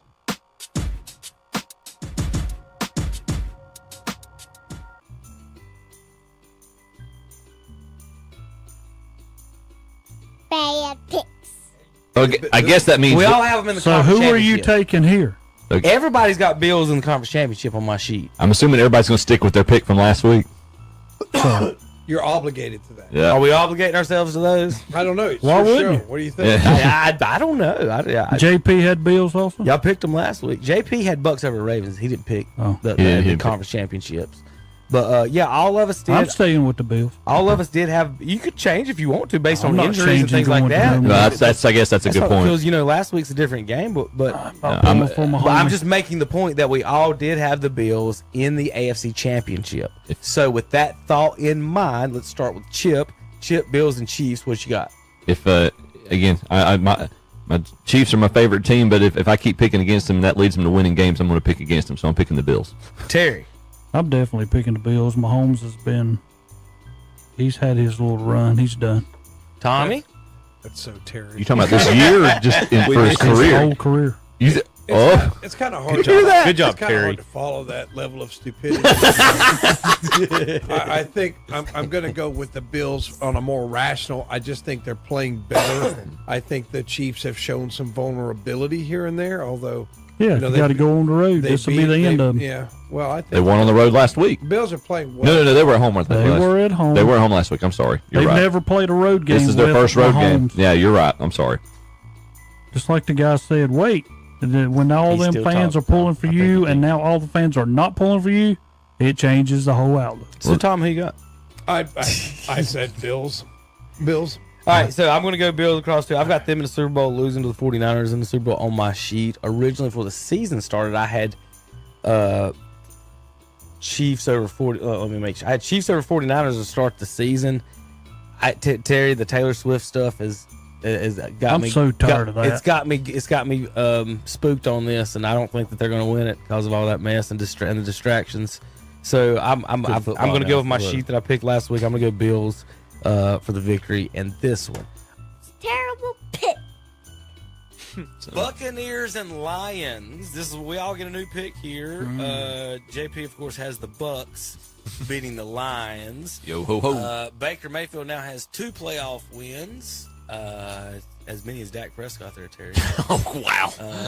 The most home poverty-stricken games. major metropolitan area in the United States, Detroit. So Tommy in Ford Field. Baker Mayfield, I know your mom's going to be excited for the Bucks She will. this weekend. She'll be pulling for the Bucks. Yep. I agree with JP. The Tampa Bay Buccaneers have the 7th ranked defense, and it was tied 6th ranked defense in the NFL. Based on Only yardage or points? Points. Yardage, who cares? 19 points a game the Bucks have given up. Baker Mayfield has won plenty of playoff games. So has Jared Goff. But Detroit's not winning no Super Bowls. They're making no Super Bowls. I got the Buccaneers. Yo ho ho, and want a bottle of rum for the Buccaneers on this one. And if they do that, Terry, does this erase Tom Brady's legacy if he wins the Super Bowl? Oh wow. Yeah, why not? What about Baker? The Browns fans. Anybody will be like, can go to Tampa The Bay and Panther win. fans will be like, Those are some bad picks. so Brady's legacy is safe. Yeah. After Baker didn't win last week. All right. Tom, if we were a college football committee, we would be terrible. These were our picks, folks. Yeah. We decided to do it college football style, and we all voted and we took points and how many and what that would be. We had 1 and 2 49ers and Ravens. 3 was Cowboys, and 4 ended up being the Bills. But in the end, we have a good chance of getting it right with the champions. So I think that's what Chip said a minute ago, is that just like college football, they're going Unless to they weasel their way into, unless they hey, both we get got beat. it right. Unless they both The get beat this championship. week. Yeah. Could you I imagine think- the Lions Chiefs Super Bowl? The 49ers have a much I could imagine greater possibility of getting beat than the Ravens. I just don't, I don't know. I keep picking against the Chiefs. But I just like that Ravens team. I mean, they talk about that they're historically good. I think they're really good. I think they're really good. I think Lamar Jackson's playing at the highest level. He does that. I think he's played at the highest level that he's played at, and I just think that the Ravens are going to get this done and win the Super Bowl, much to my chagrin. I've got it. Well, Tom, I'm glad you brought that up. I wasn't going to pull this one yet. I've got to point out Ohio and Baltimore. Are you able to focus? I got some fun maps for him. What's he in there talking about? I don't know. The Hobbit, probably. Who knows? Trying to figure out what I was saying. He's been on the phone the whole time. Tom, I think he's on the phone. I told them with his warranty people. Somebody called to check about his Somebody's getting free warranty. tires for life like Terry. Does he doesn't All right. realize we can hear him. So you have to pull for the team closest to you according to this map, and now the All right, team Tom. closest to us, Tom, you're now a Baltimore Ravens fan. False. Welcome to the team. False. Go Ravens. No. Go Baltimore. No, Tom. Detroit's close, but not close enough. If you're in Ohio, if you were living in Ohio, you would be a Detroit fan. Now, here's the other map for Tom. This one's a good one. I like this one. This is a poll online on who's pulling for what team in the AFC Championship. And just like Tom, Ohio is pulling for Kansas City, Kansas and Missouri, of course, Chiefs, and everyone else in America. That's probably fair. Is pulling for the Baltimore Ravens now. What is it? The Taylor Swift? Yes. Okay. Because watch this. Watch this. This is last year's. Yeah. Look at that. Yeah.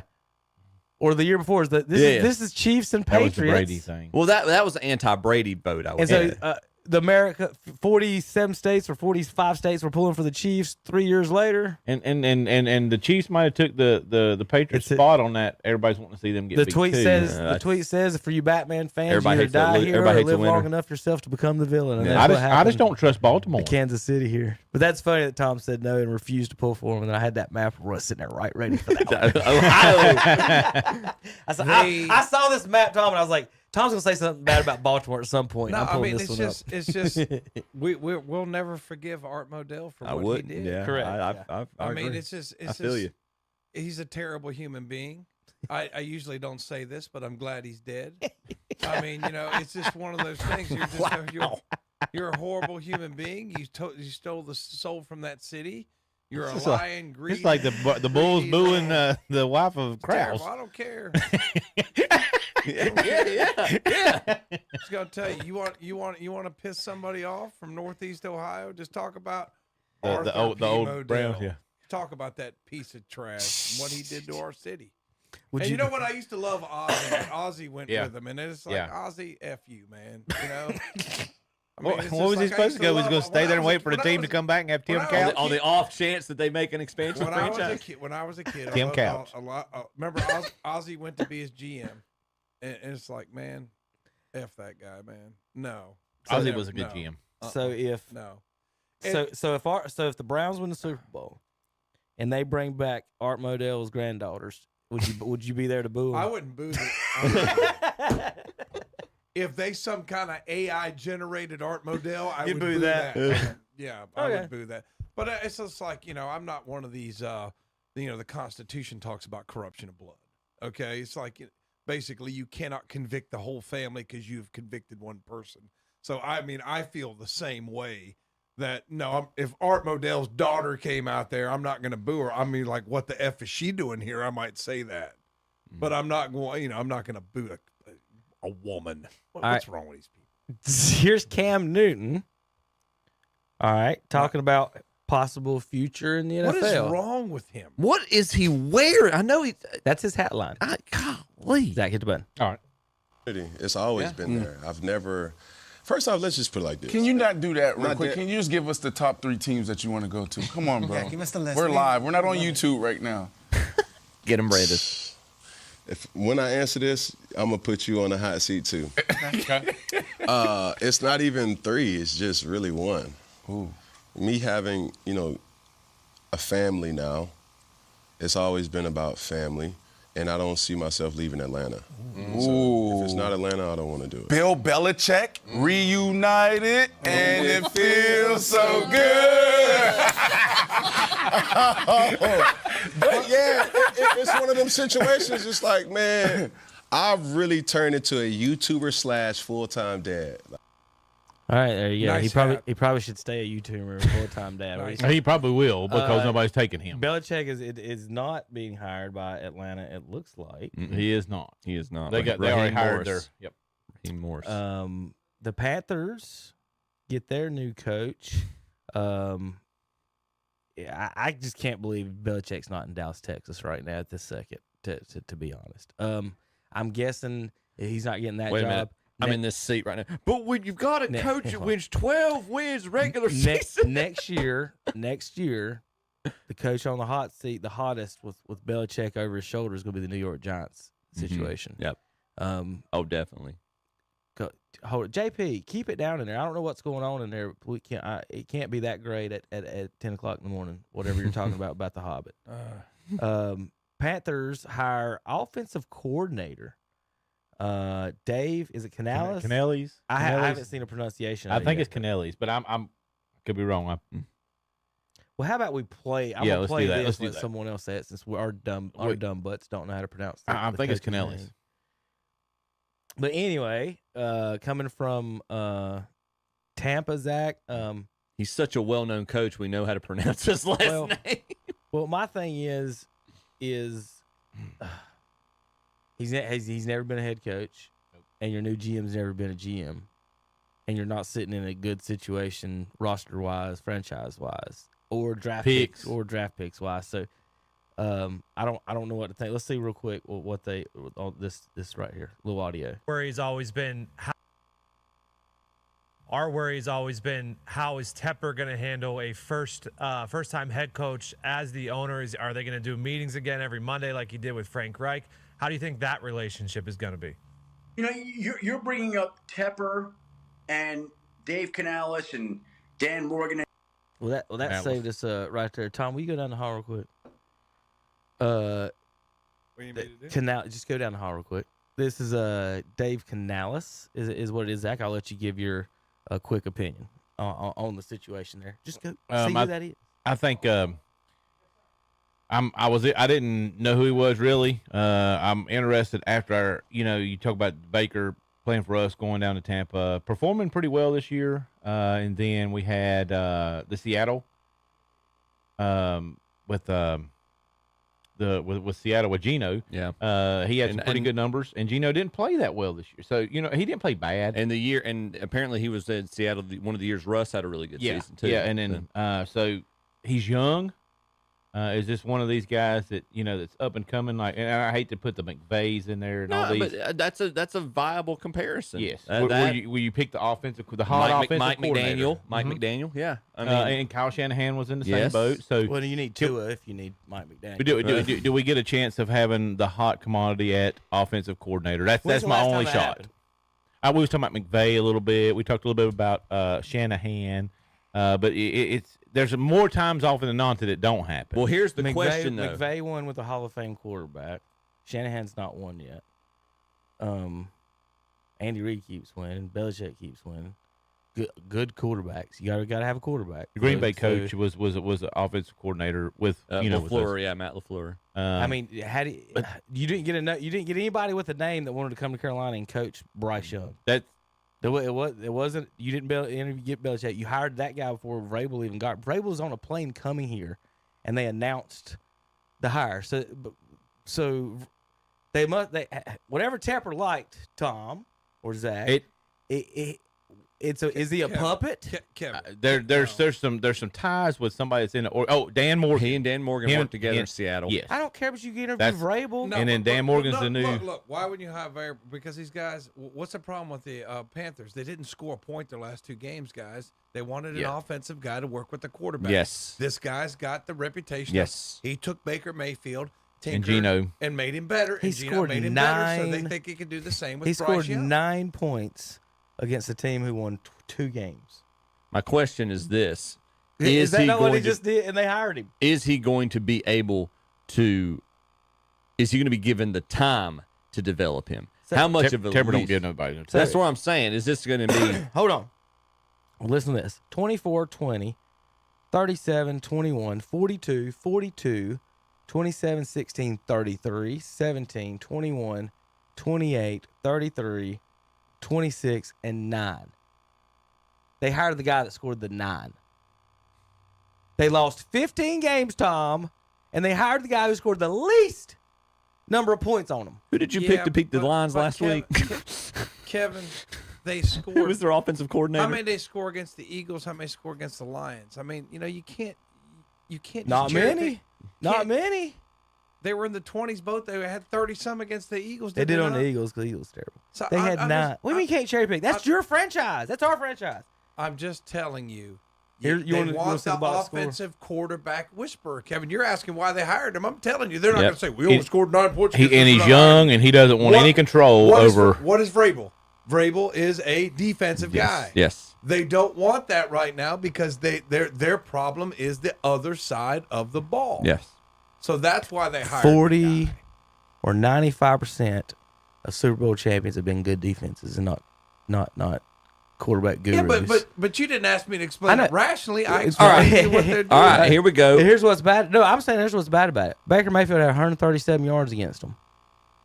That was one bad game. But But no, I know, Tom. I'm not picking out week 5 against another team. I'm talking about against your franchise. Yeah, you saw him in your face. that has against a good defense. And you said, you know what? He scored 9 points. We should hire this guy. All right, here's the counterpoint. This year, points per game by team. Packers first, Ravens second, Cowboys third, Bills fourth, Lions fifth, Buccaneers and Texans tied for sixth. Are y'all saying that according to I just read you all those teams that scored 30 and 40 on them, that if, of those 17 guys, you would have picked the guy who scored 9 on you? How come I don't get a computer? Hey, I wanna look just, this up. it's down the hall. Okay. There you Hold go. on a Do your second. thing. Hold Do on your a second. thing. What I'm saying, how many I'm saying there were points- 15 other guys that did better than him, and they hired the worst one. I'm just saying. I understand they hired how many points a game do they score? Who? The Bucks. It was how much was it? That Right was there. like 26 What was something. it? What would you say? 27 and a half. They had 27 and a half. They Yeah. averaged more than the Now- Chiefs did this year. Now that's an asterisk because some of them you got defensive and special teams, and Yeah. I really think you should. And the factor- worst factor division that. in football. But Kevin, he had. Do you not understand my point, Tom? I I'm saying do you have a understand list. your point. You I have a do. list of 15 people that went against you, and you picked the guy who scored the least against you, not the other 15. The other 15, 10 of them scored 30, and you picked the guy who scored 9. But he I'm not fo- saying he can't do it. I know. I'm just saying I know you what you're picked the saying. least I one. know what you're saying, but this is like you're picking the outlier They picked instead of the average. You're picking the outlier. I think it has a lot to do with You Dan know? Morgan being the GM. But what? and him knowing he's him. a quarterback whisperer. Yeah. That's what. Or he's they're got. hoping he is at least. They're hoping he's the quarterback whisperer. They need an and offensive that's what line they whisperer. need. Is what they need. That's what they need. That's what I'm telling you. That So needs Kevin to be says- the He priority. can't throw the ball. Kevin's rationale is you sucked against us, so I can't hire you. That's what Kevin's saying. You I stunk just against don't- you No, stunk I'm against us this I'm one saying particular there's week. 15 other guys that were better against me. Why wouldn't they get a more of a shot than this guy Well, would? I tell you what. Some of them might not have been eligible to be 'cause interviewed. and they couldn't get Harbaugh. See, Yeah. you notice where Harbaugh He's went. not. He wasn't. We 20. had no the shot. Bakers had the 20th best offense in the NFL at 21 points a game. League average is 24. So this offensive coordinator is 3 points under league average, and they were 20th in the NFL. 20th in points, and that's who they're hired, Zach. I don't know if we had a shot at getting anybody else. I don't even know if we had a shot at getting Vrabel. Yeah, he was coming to interview, Where- or the where's he rumor hired? was. Where's He hasn't I'm been- he very hasn't been surprised hired. about that. I really think he's going to Washington, but I He might hasn't be been wrong. hired. Okay, he hadn't been hired yet, right? Yeah. So why are you Ooh, so? Washington Why, hired why would you him. say you didn't have a chance to get him? Who? No, they I don't- had him. That Vrabel was I'm flying on Tepper a bothers plane. me with That's it. what I'm saying. No, Yeah. Vrabel had an interview. He had interviewed in Atlanta. He got on a plane to fly to Charlotte. While he was on the plane, they announced the hire of the other guy, Which is So they had unprofessional. Vrabel Yeah. coming into Charlotte, and he just hit Yeah. the plane and went somewhere else. Which is unprofessional because you don't even get the interview. Zach, This is the same guy who told Rock Hill, "Oh, y'all are a third of the Right. way done with it. Screw you. I'm not paying you." You do and remember? you're gonna say that's You do remember in his opening I mean, press? what kind of guy is this? In guy? the opening Throw press, a drink the on somebody. opening press conference of them owning the Panthers, he was grabbing his wife's butt while talking on to the reporters on the microphone. Well, sometimes you can't. He help was standing there yourself. like this, just ass grabbing while in the very first welcome. Hey, hello everybody, I'm the owner, and he stood there with his hand rubbing his hand on his Does he wife. have some half his age wife? No, Okay. it's yes, no. Yeah, probably There's got some. You know, these rich guys got the half their age wife. Yes and But no. you know, even in the real world, you finish all the even if you know who you're going to hire, you finish the. Tom, he didn't have time to take his hands off Interviews his is wife's awful. butt for the introductory press conference to owning. I used to really like pulling for the Panthers, especially, but this guy is really not. I don't The like him. problem is, Kevin. At least the Browns owners isn't a complete clown. The points he's making is just because you are good at making money does not mean you are good at all of the things. And you see somebody's true colors. This guy, like, he screwed the city of Rock Hill. You know, the drink thrown on somebody is one thing. You screwed a city out of millions and millions of dollars and don't care. Like, people ask me, billionaires are smart. No.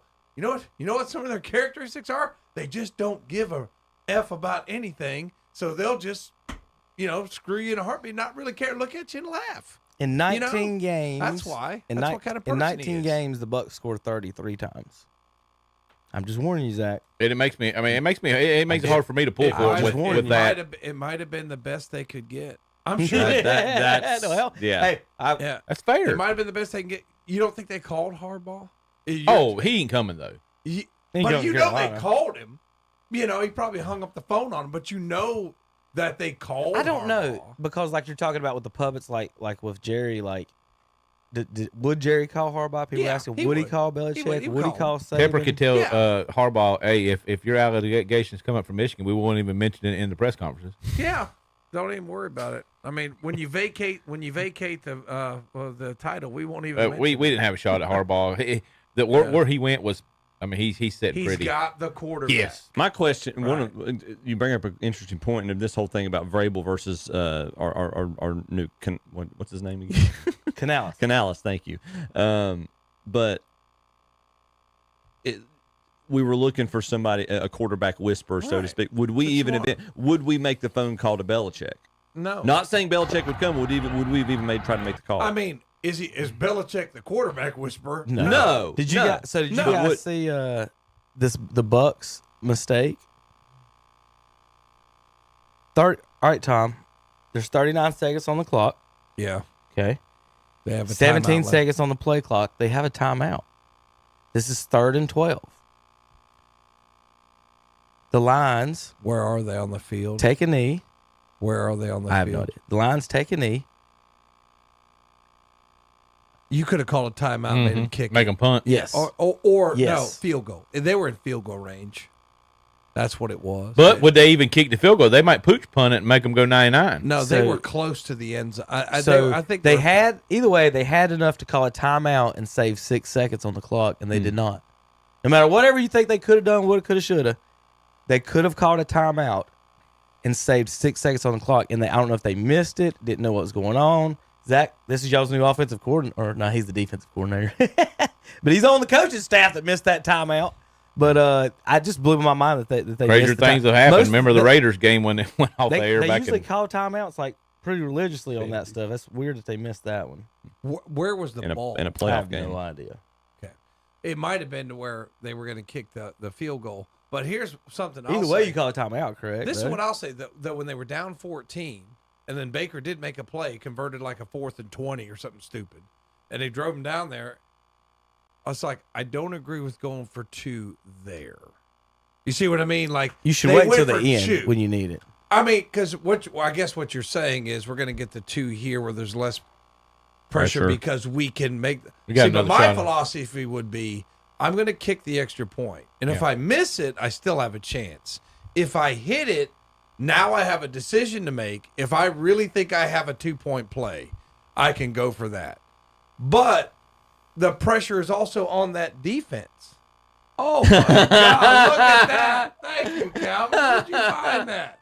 Antiques, Oh. sponsors. Oh, Mountain thank View you. Antiques. Mountain View Antiques. That's Look at awesome. What do you have? What do you have? Okay, Calvin. What'd he say? You've I just missed it. You've just. I better not. you've Well, just- tell me after. You've just next time the barracks works, I'm pulling out the plug. As soon as it works, I'm pulling out the plug just to get you back.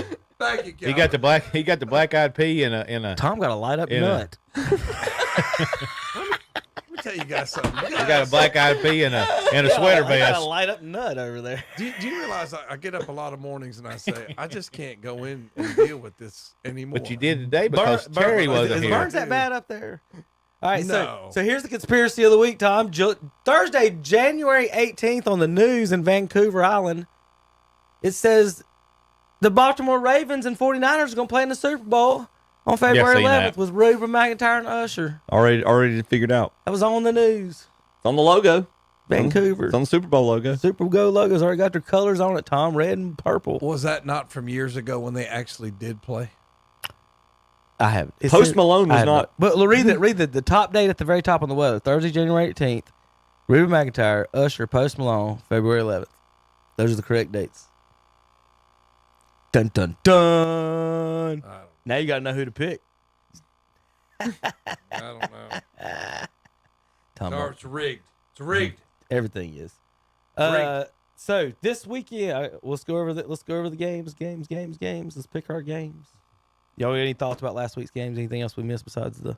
I just didn't agree with the 2-point strategy by the Buccaneers. I will give Baker credit for making that 4th and 20. I thought that was because I can't remember who I was watching the game with. I said, okay, here comes Baker again. He's going to screw this up. And then he went down and I said, okay, they're back in it. They got the stop. All right, Baker, quell the myth that you can't do it. He throws a pig. I was like, yeah, that's Baker. Keeps both teams in the game. I mean, Baker. He's got a really good arm. He does, and he spins the ball better than a lot of people in the NFL. And I'm gonna say this: Mike Evans can't catch a ball over 20 miles per hour. Every time Baker threw it soft to him, he made a good catch. He lobbed it, put it up in the air, threw it easy. Every time he put any mustard on it, it went through his hands like a hot knife through butter. I've never seen a quote unquote good receiver. Elite can't receiver. He can't catch a slant. Basically, it seemed like the touchdown to cut it to one score was where he threw him open, and he threw it where only his receiver can get it. It was like a really, really high level throw, and I was really impressed. I says, you know what? I was just dogging this guy. You know, it's like, and there he goes making a high level throw under pressure, but. I guess there's less pressure with the 2 touchdowns than with 1 touchdown. Okay, now there's a little bit more. Oh, yeah, you're down and he 2, throws just a sling pick. it. Yeah, he throws a pick. So, I mean, it's just Baker's got to get over that. He's got to, like I said, like if he drives down the field and scores that touchdown and somehow they win that game, then the Baker can't do it. The what's that idiot? God. Coward Can't dog him out anymore. So these young quarterbacks are the guys that don't do well late in games. I think what they're doing or not, what they're not taking in consideration. Say, Tom, you know, you're running the 2-minute offense. Well, there's only so many passes you can throw on these routes, right? So it cuts half your routes out. So the DBs are really, you know, that there's more pressure that they could give up the game-winning touchdown, but they kind of know you're running one of 2 routes. They can sit on routes. And so those safeties and linebackers that, like against Flacco when he picked that one off, he sat there, watched Flacco turn his shoulders, and then took off before he threw it, and then he was there when he picked it. So I think that some of them they're not thinking when they throw those late picks like that. All right, real quick, we got to pick some games. We've got to do tomorrow. That's last week's games. 3:00 tomorrow on CBS. The Chiefs at the Ravens. Baltimore's favored by 4. 49 degrees and cloudy, so weather shouldn't be an issue. The Swifties and the Lamars will meet each other. They asked Patrick Mahomes' dad if he's going to be in the same booth as the Swifties this week. He said, I hope not. So, Pat Mahomes Sr. with that. All right, Tommy, Chiefs or your favorite team, the Ravens? All right, who am I pulling for begrudgingly? The Chiefs. But I think the Ravens are going to win the game.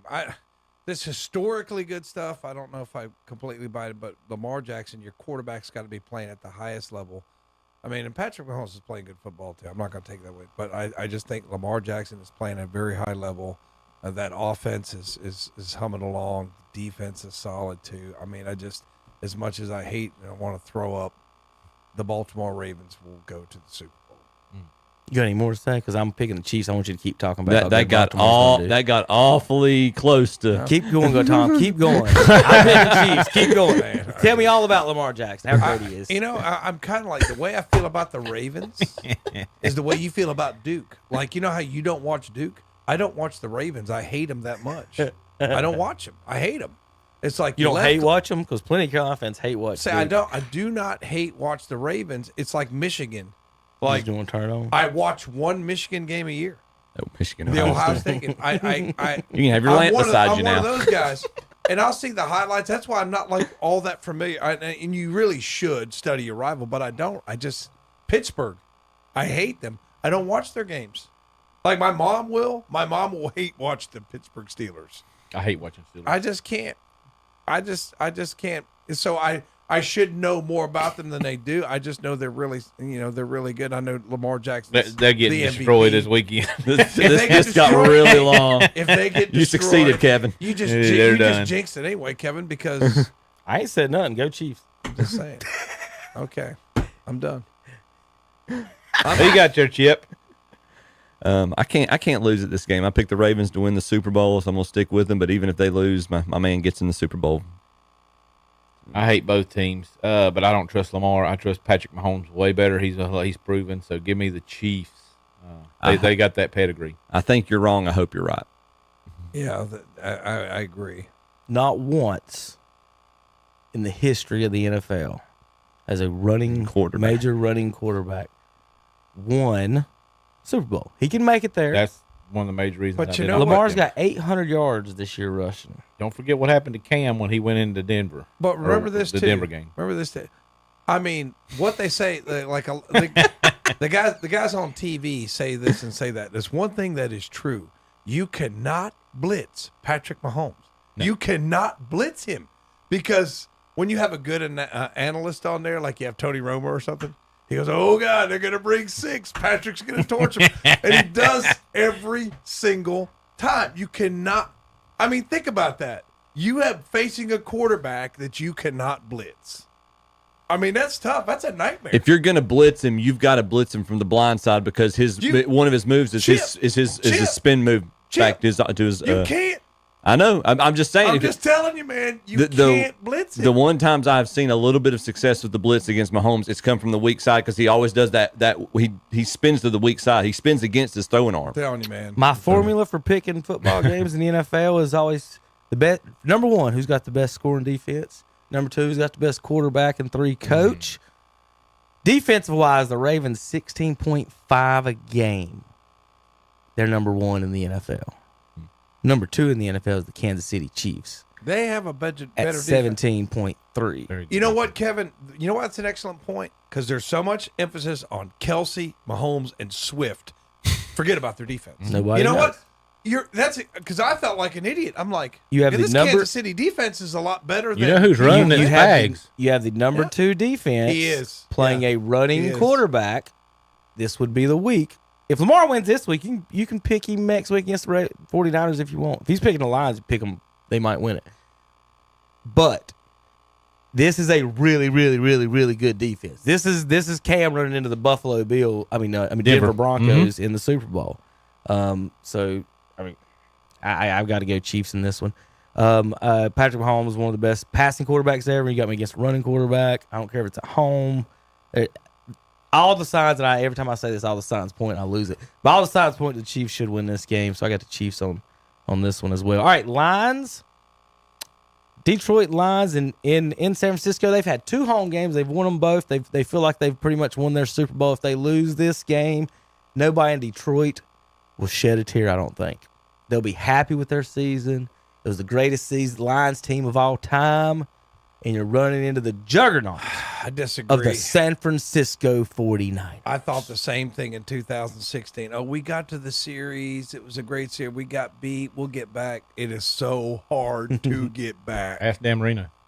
It is so hard. No, next year they won't make the playoffs.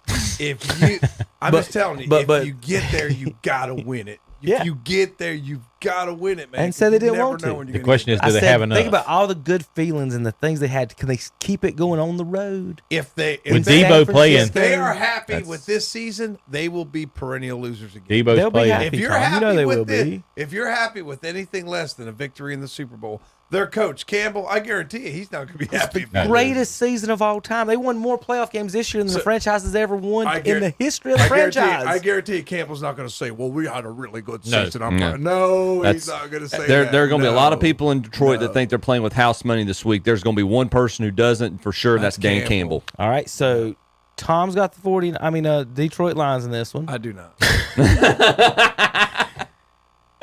That being said, can I say this? Can I go both ways? This is what our estranged. You can do whatever you want, sir. It's 2024. Our estranged. Identify however you'd like to. Show Dad your nut there again. I'll tell you what. You pick. We love you. Keep going. You go ahead. What I was going to say is it would not surprise me if Detroit wins. That's what Hunter used to always do. Remember when Hunter was on the show? That's what he used to always do. Well, I think wouldn't surprise me if they win, but I'm picking them. That's what I'm doing here. I don't trust Brock Purdy, guys. I don't. I just don't. I don't think he's as good as advertised. Now, I mean, he's got weapons. Is Debo playing? Yes. Okay, so Debo is going to play. Yes. All right. Then it's 49ers. The Detroit Lions have the 23rd best defense in the NFL. They give up 23 points a game. The San Francisco 49ers have the 3rd best defensive game. They give up 17 points a game. Chip, who you got? I think this is going to be a good game. It's going to be closer than a lot of 49ers folks, prognosticators think. I would take the points. I think I would take the points in this game. Yeah, I would too. Mm-hmm. I think Purdy is a better quarterback than Tom gives credit for. I would trust him more than I trust Jared Goff. What? I would. Jared Goff's been to a Super Bowl, man. And did he win? But he's been to a Super Bowl. Did he win? Has Purdy been to a Super Bowl? Not yet. Okay. Not yet. All right, so we got a guy who's been there. And He a had, guy who hasn't. he had Tommy John surgery or something last year. He was injured. Jared Goff has more playoff wins than Tony Romo and Dak Prescott combined. I'm telling you, man. Well, that's Goff's better than people give him credit for. He's proven me wrong. I did not think he was NFL caliber starter, but he's proven me wrong on that. But he's not the guy. I don't trust him to win a Super Bowl. The Niners have too many weapons. I think Purdy is good in that system, and to Kevin's point, their defense is stout as it's been for the past several years. I'm picking the Niners. Well said. Purdy is a system quarterback. Zachary? Purdy's younger than Jordan Love. I don't know if anybody knows that, but and I think he's similar to Romo in some of the stuff that he does. I like Purdy. I think he plays good when he needs to be. Like last week, he came and he won the game. Overrated. I do like Jared Goff too. I'm not going to throw off on Jared Goff. Not to knock Jared Goff. I'm going with the defense, and I'm going with Debo Samuel being there also. Yes. And I'm taking the 49ers. I think Debo being cleared to play is big. I would probably pick him without Debo, but now I would definitely pick him. Yeah. For Chip, there's only been 5 Super Bowls in the history of the NFL. The defense with a top 12 defense did not win. Okay? It's only been 5 times. One of them was Peyton Manning, Drew Brees, Eli Manning. Both of his defenses were not actually top 12 scoring defenses. Baltimore is 1, Kansas City 2, San Francisco's 3. All guys. 3 of the 4 sitting there. And we're sitting here looking. You know who was 4? The Buffalo Bills, and we all had them on our sheet. Yeah. What were the Cowboys? 4 best defenses in the NFL were probably the 4 best teams. Cowboys were 5. Yeah, they had a good defense. Yeah. But they lost the number 1 corner. Yeah. It's hard to win. No. They're the corner that replaced the number 1 corner is better than the number 1 corner. The 40-year-old guy. But anyway, so I'm on defense on this one. 49ers over Lions. I don't think a guy named Jared could win the Super Bowl. That's just me making Tom. I'm trying to make Tom shake his head on that one. But I do got 49ers. I had 49ers and Chiefs start the season. I'll stay with them on that one for my picks. 49ers over the Lions and Chiefs over the Ravens for me here on KTC Broadcast. I want to make sure there wasn't anything. Y'all got any last notes or comments before we get out of here? I know we're run late again. Thoughts, suggestions, anyone? All right. Well, we'll just see who's eating crow tomorrow after, or next Saturday. If Purdy doesn't throw 3 touchdown passes, I want to know an explanation. I hear the Ravens are going to sign Marshall Faulk, and he could be the difference in the game. Yeah, he might be the difference in the game. He might be the difference. But Faulk was good. You picked Leonard Fournette. Okay, here's the last thing. That Fournette was good for the Bucs the year they won the Super Bowl. No. There's been Faulk's a Hall There's of been Famer. talk of signing Barry Sanders to a 1-day contract if the Lions win. Real quick, what I don't get, Calvin Johnson and Barry Sanders walked out and said, "We don't like you. Y'all didn't treat us right. Nothing." They start winning games. Now they're on there trying to get people on their Twitter feeds and showing up to games. And now they're Detroit Lions fans. Y'all, Barry Sanders is the most two-faced person in the history of football. With that said, here's Michael Kim talking about with Tiger Woods. That's Anthony Kim. That's Anthony Kim. Michael Kim was falling. My answers are terrible if you guys are trying to learn something. So this is him and Tiger at a little golf school that we're teaching clinic. I've just grown up as somebody who feels his way around the golf course. Tiger hits a sand wedge 118. I think sometimes it goes 100 yards when I hit it full, and sometimes it goes 125. It just depends on the day. I try to figure that out right before I go on the golf course. But sometimes it's that laugh by Tiger. He thinks that's so funny, and it is. I'm like Kim. Like every swing, every lie, everything to me is different. So like I can hit my sandwich one, and then the guys that are like and Chip that'll get on here and they'll bring their little alignment sticks up and they'll go back 500 times and do this and they're worried about their swing. And I'm like, to me, I'm with Kim. I'm on the Kim thing. It's all feel with me because, like I said, the lie's different, everything. And then Tiger, and there's some guys like, I want to hit my club 115. I'll do this. And Tiger, the way Tiger laughed at that, it's just funny because that one's a pro. I mean, Kim's a pro. Yeah. But anyway. Kim was huge in the Ryder Cup a few years ago. All right, JP, we got to go. We'll see you guys next week, Katie.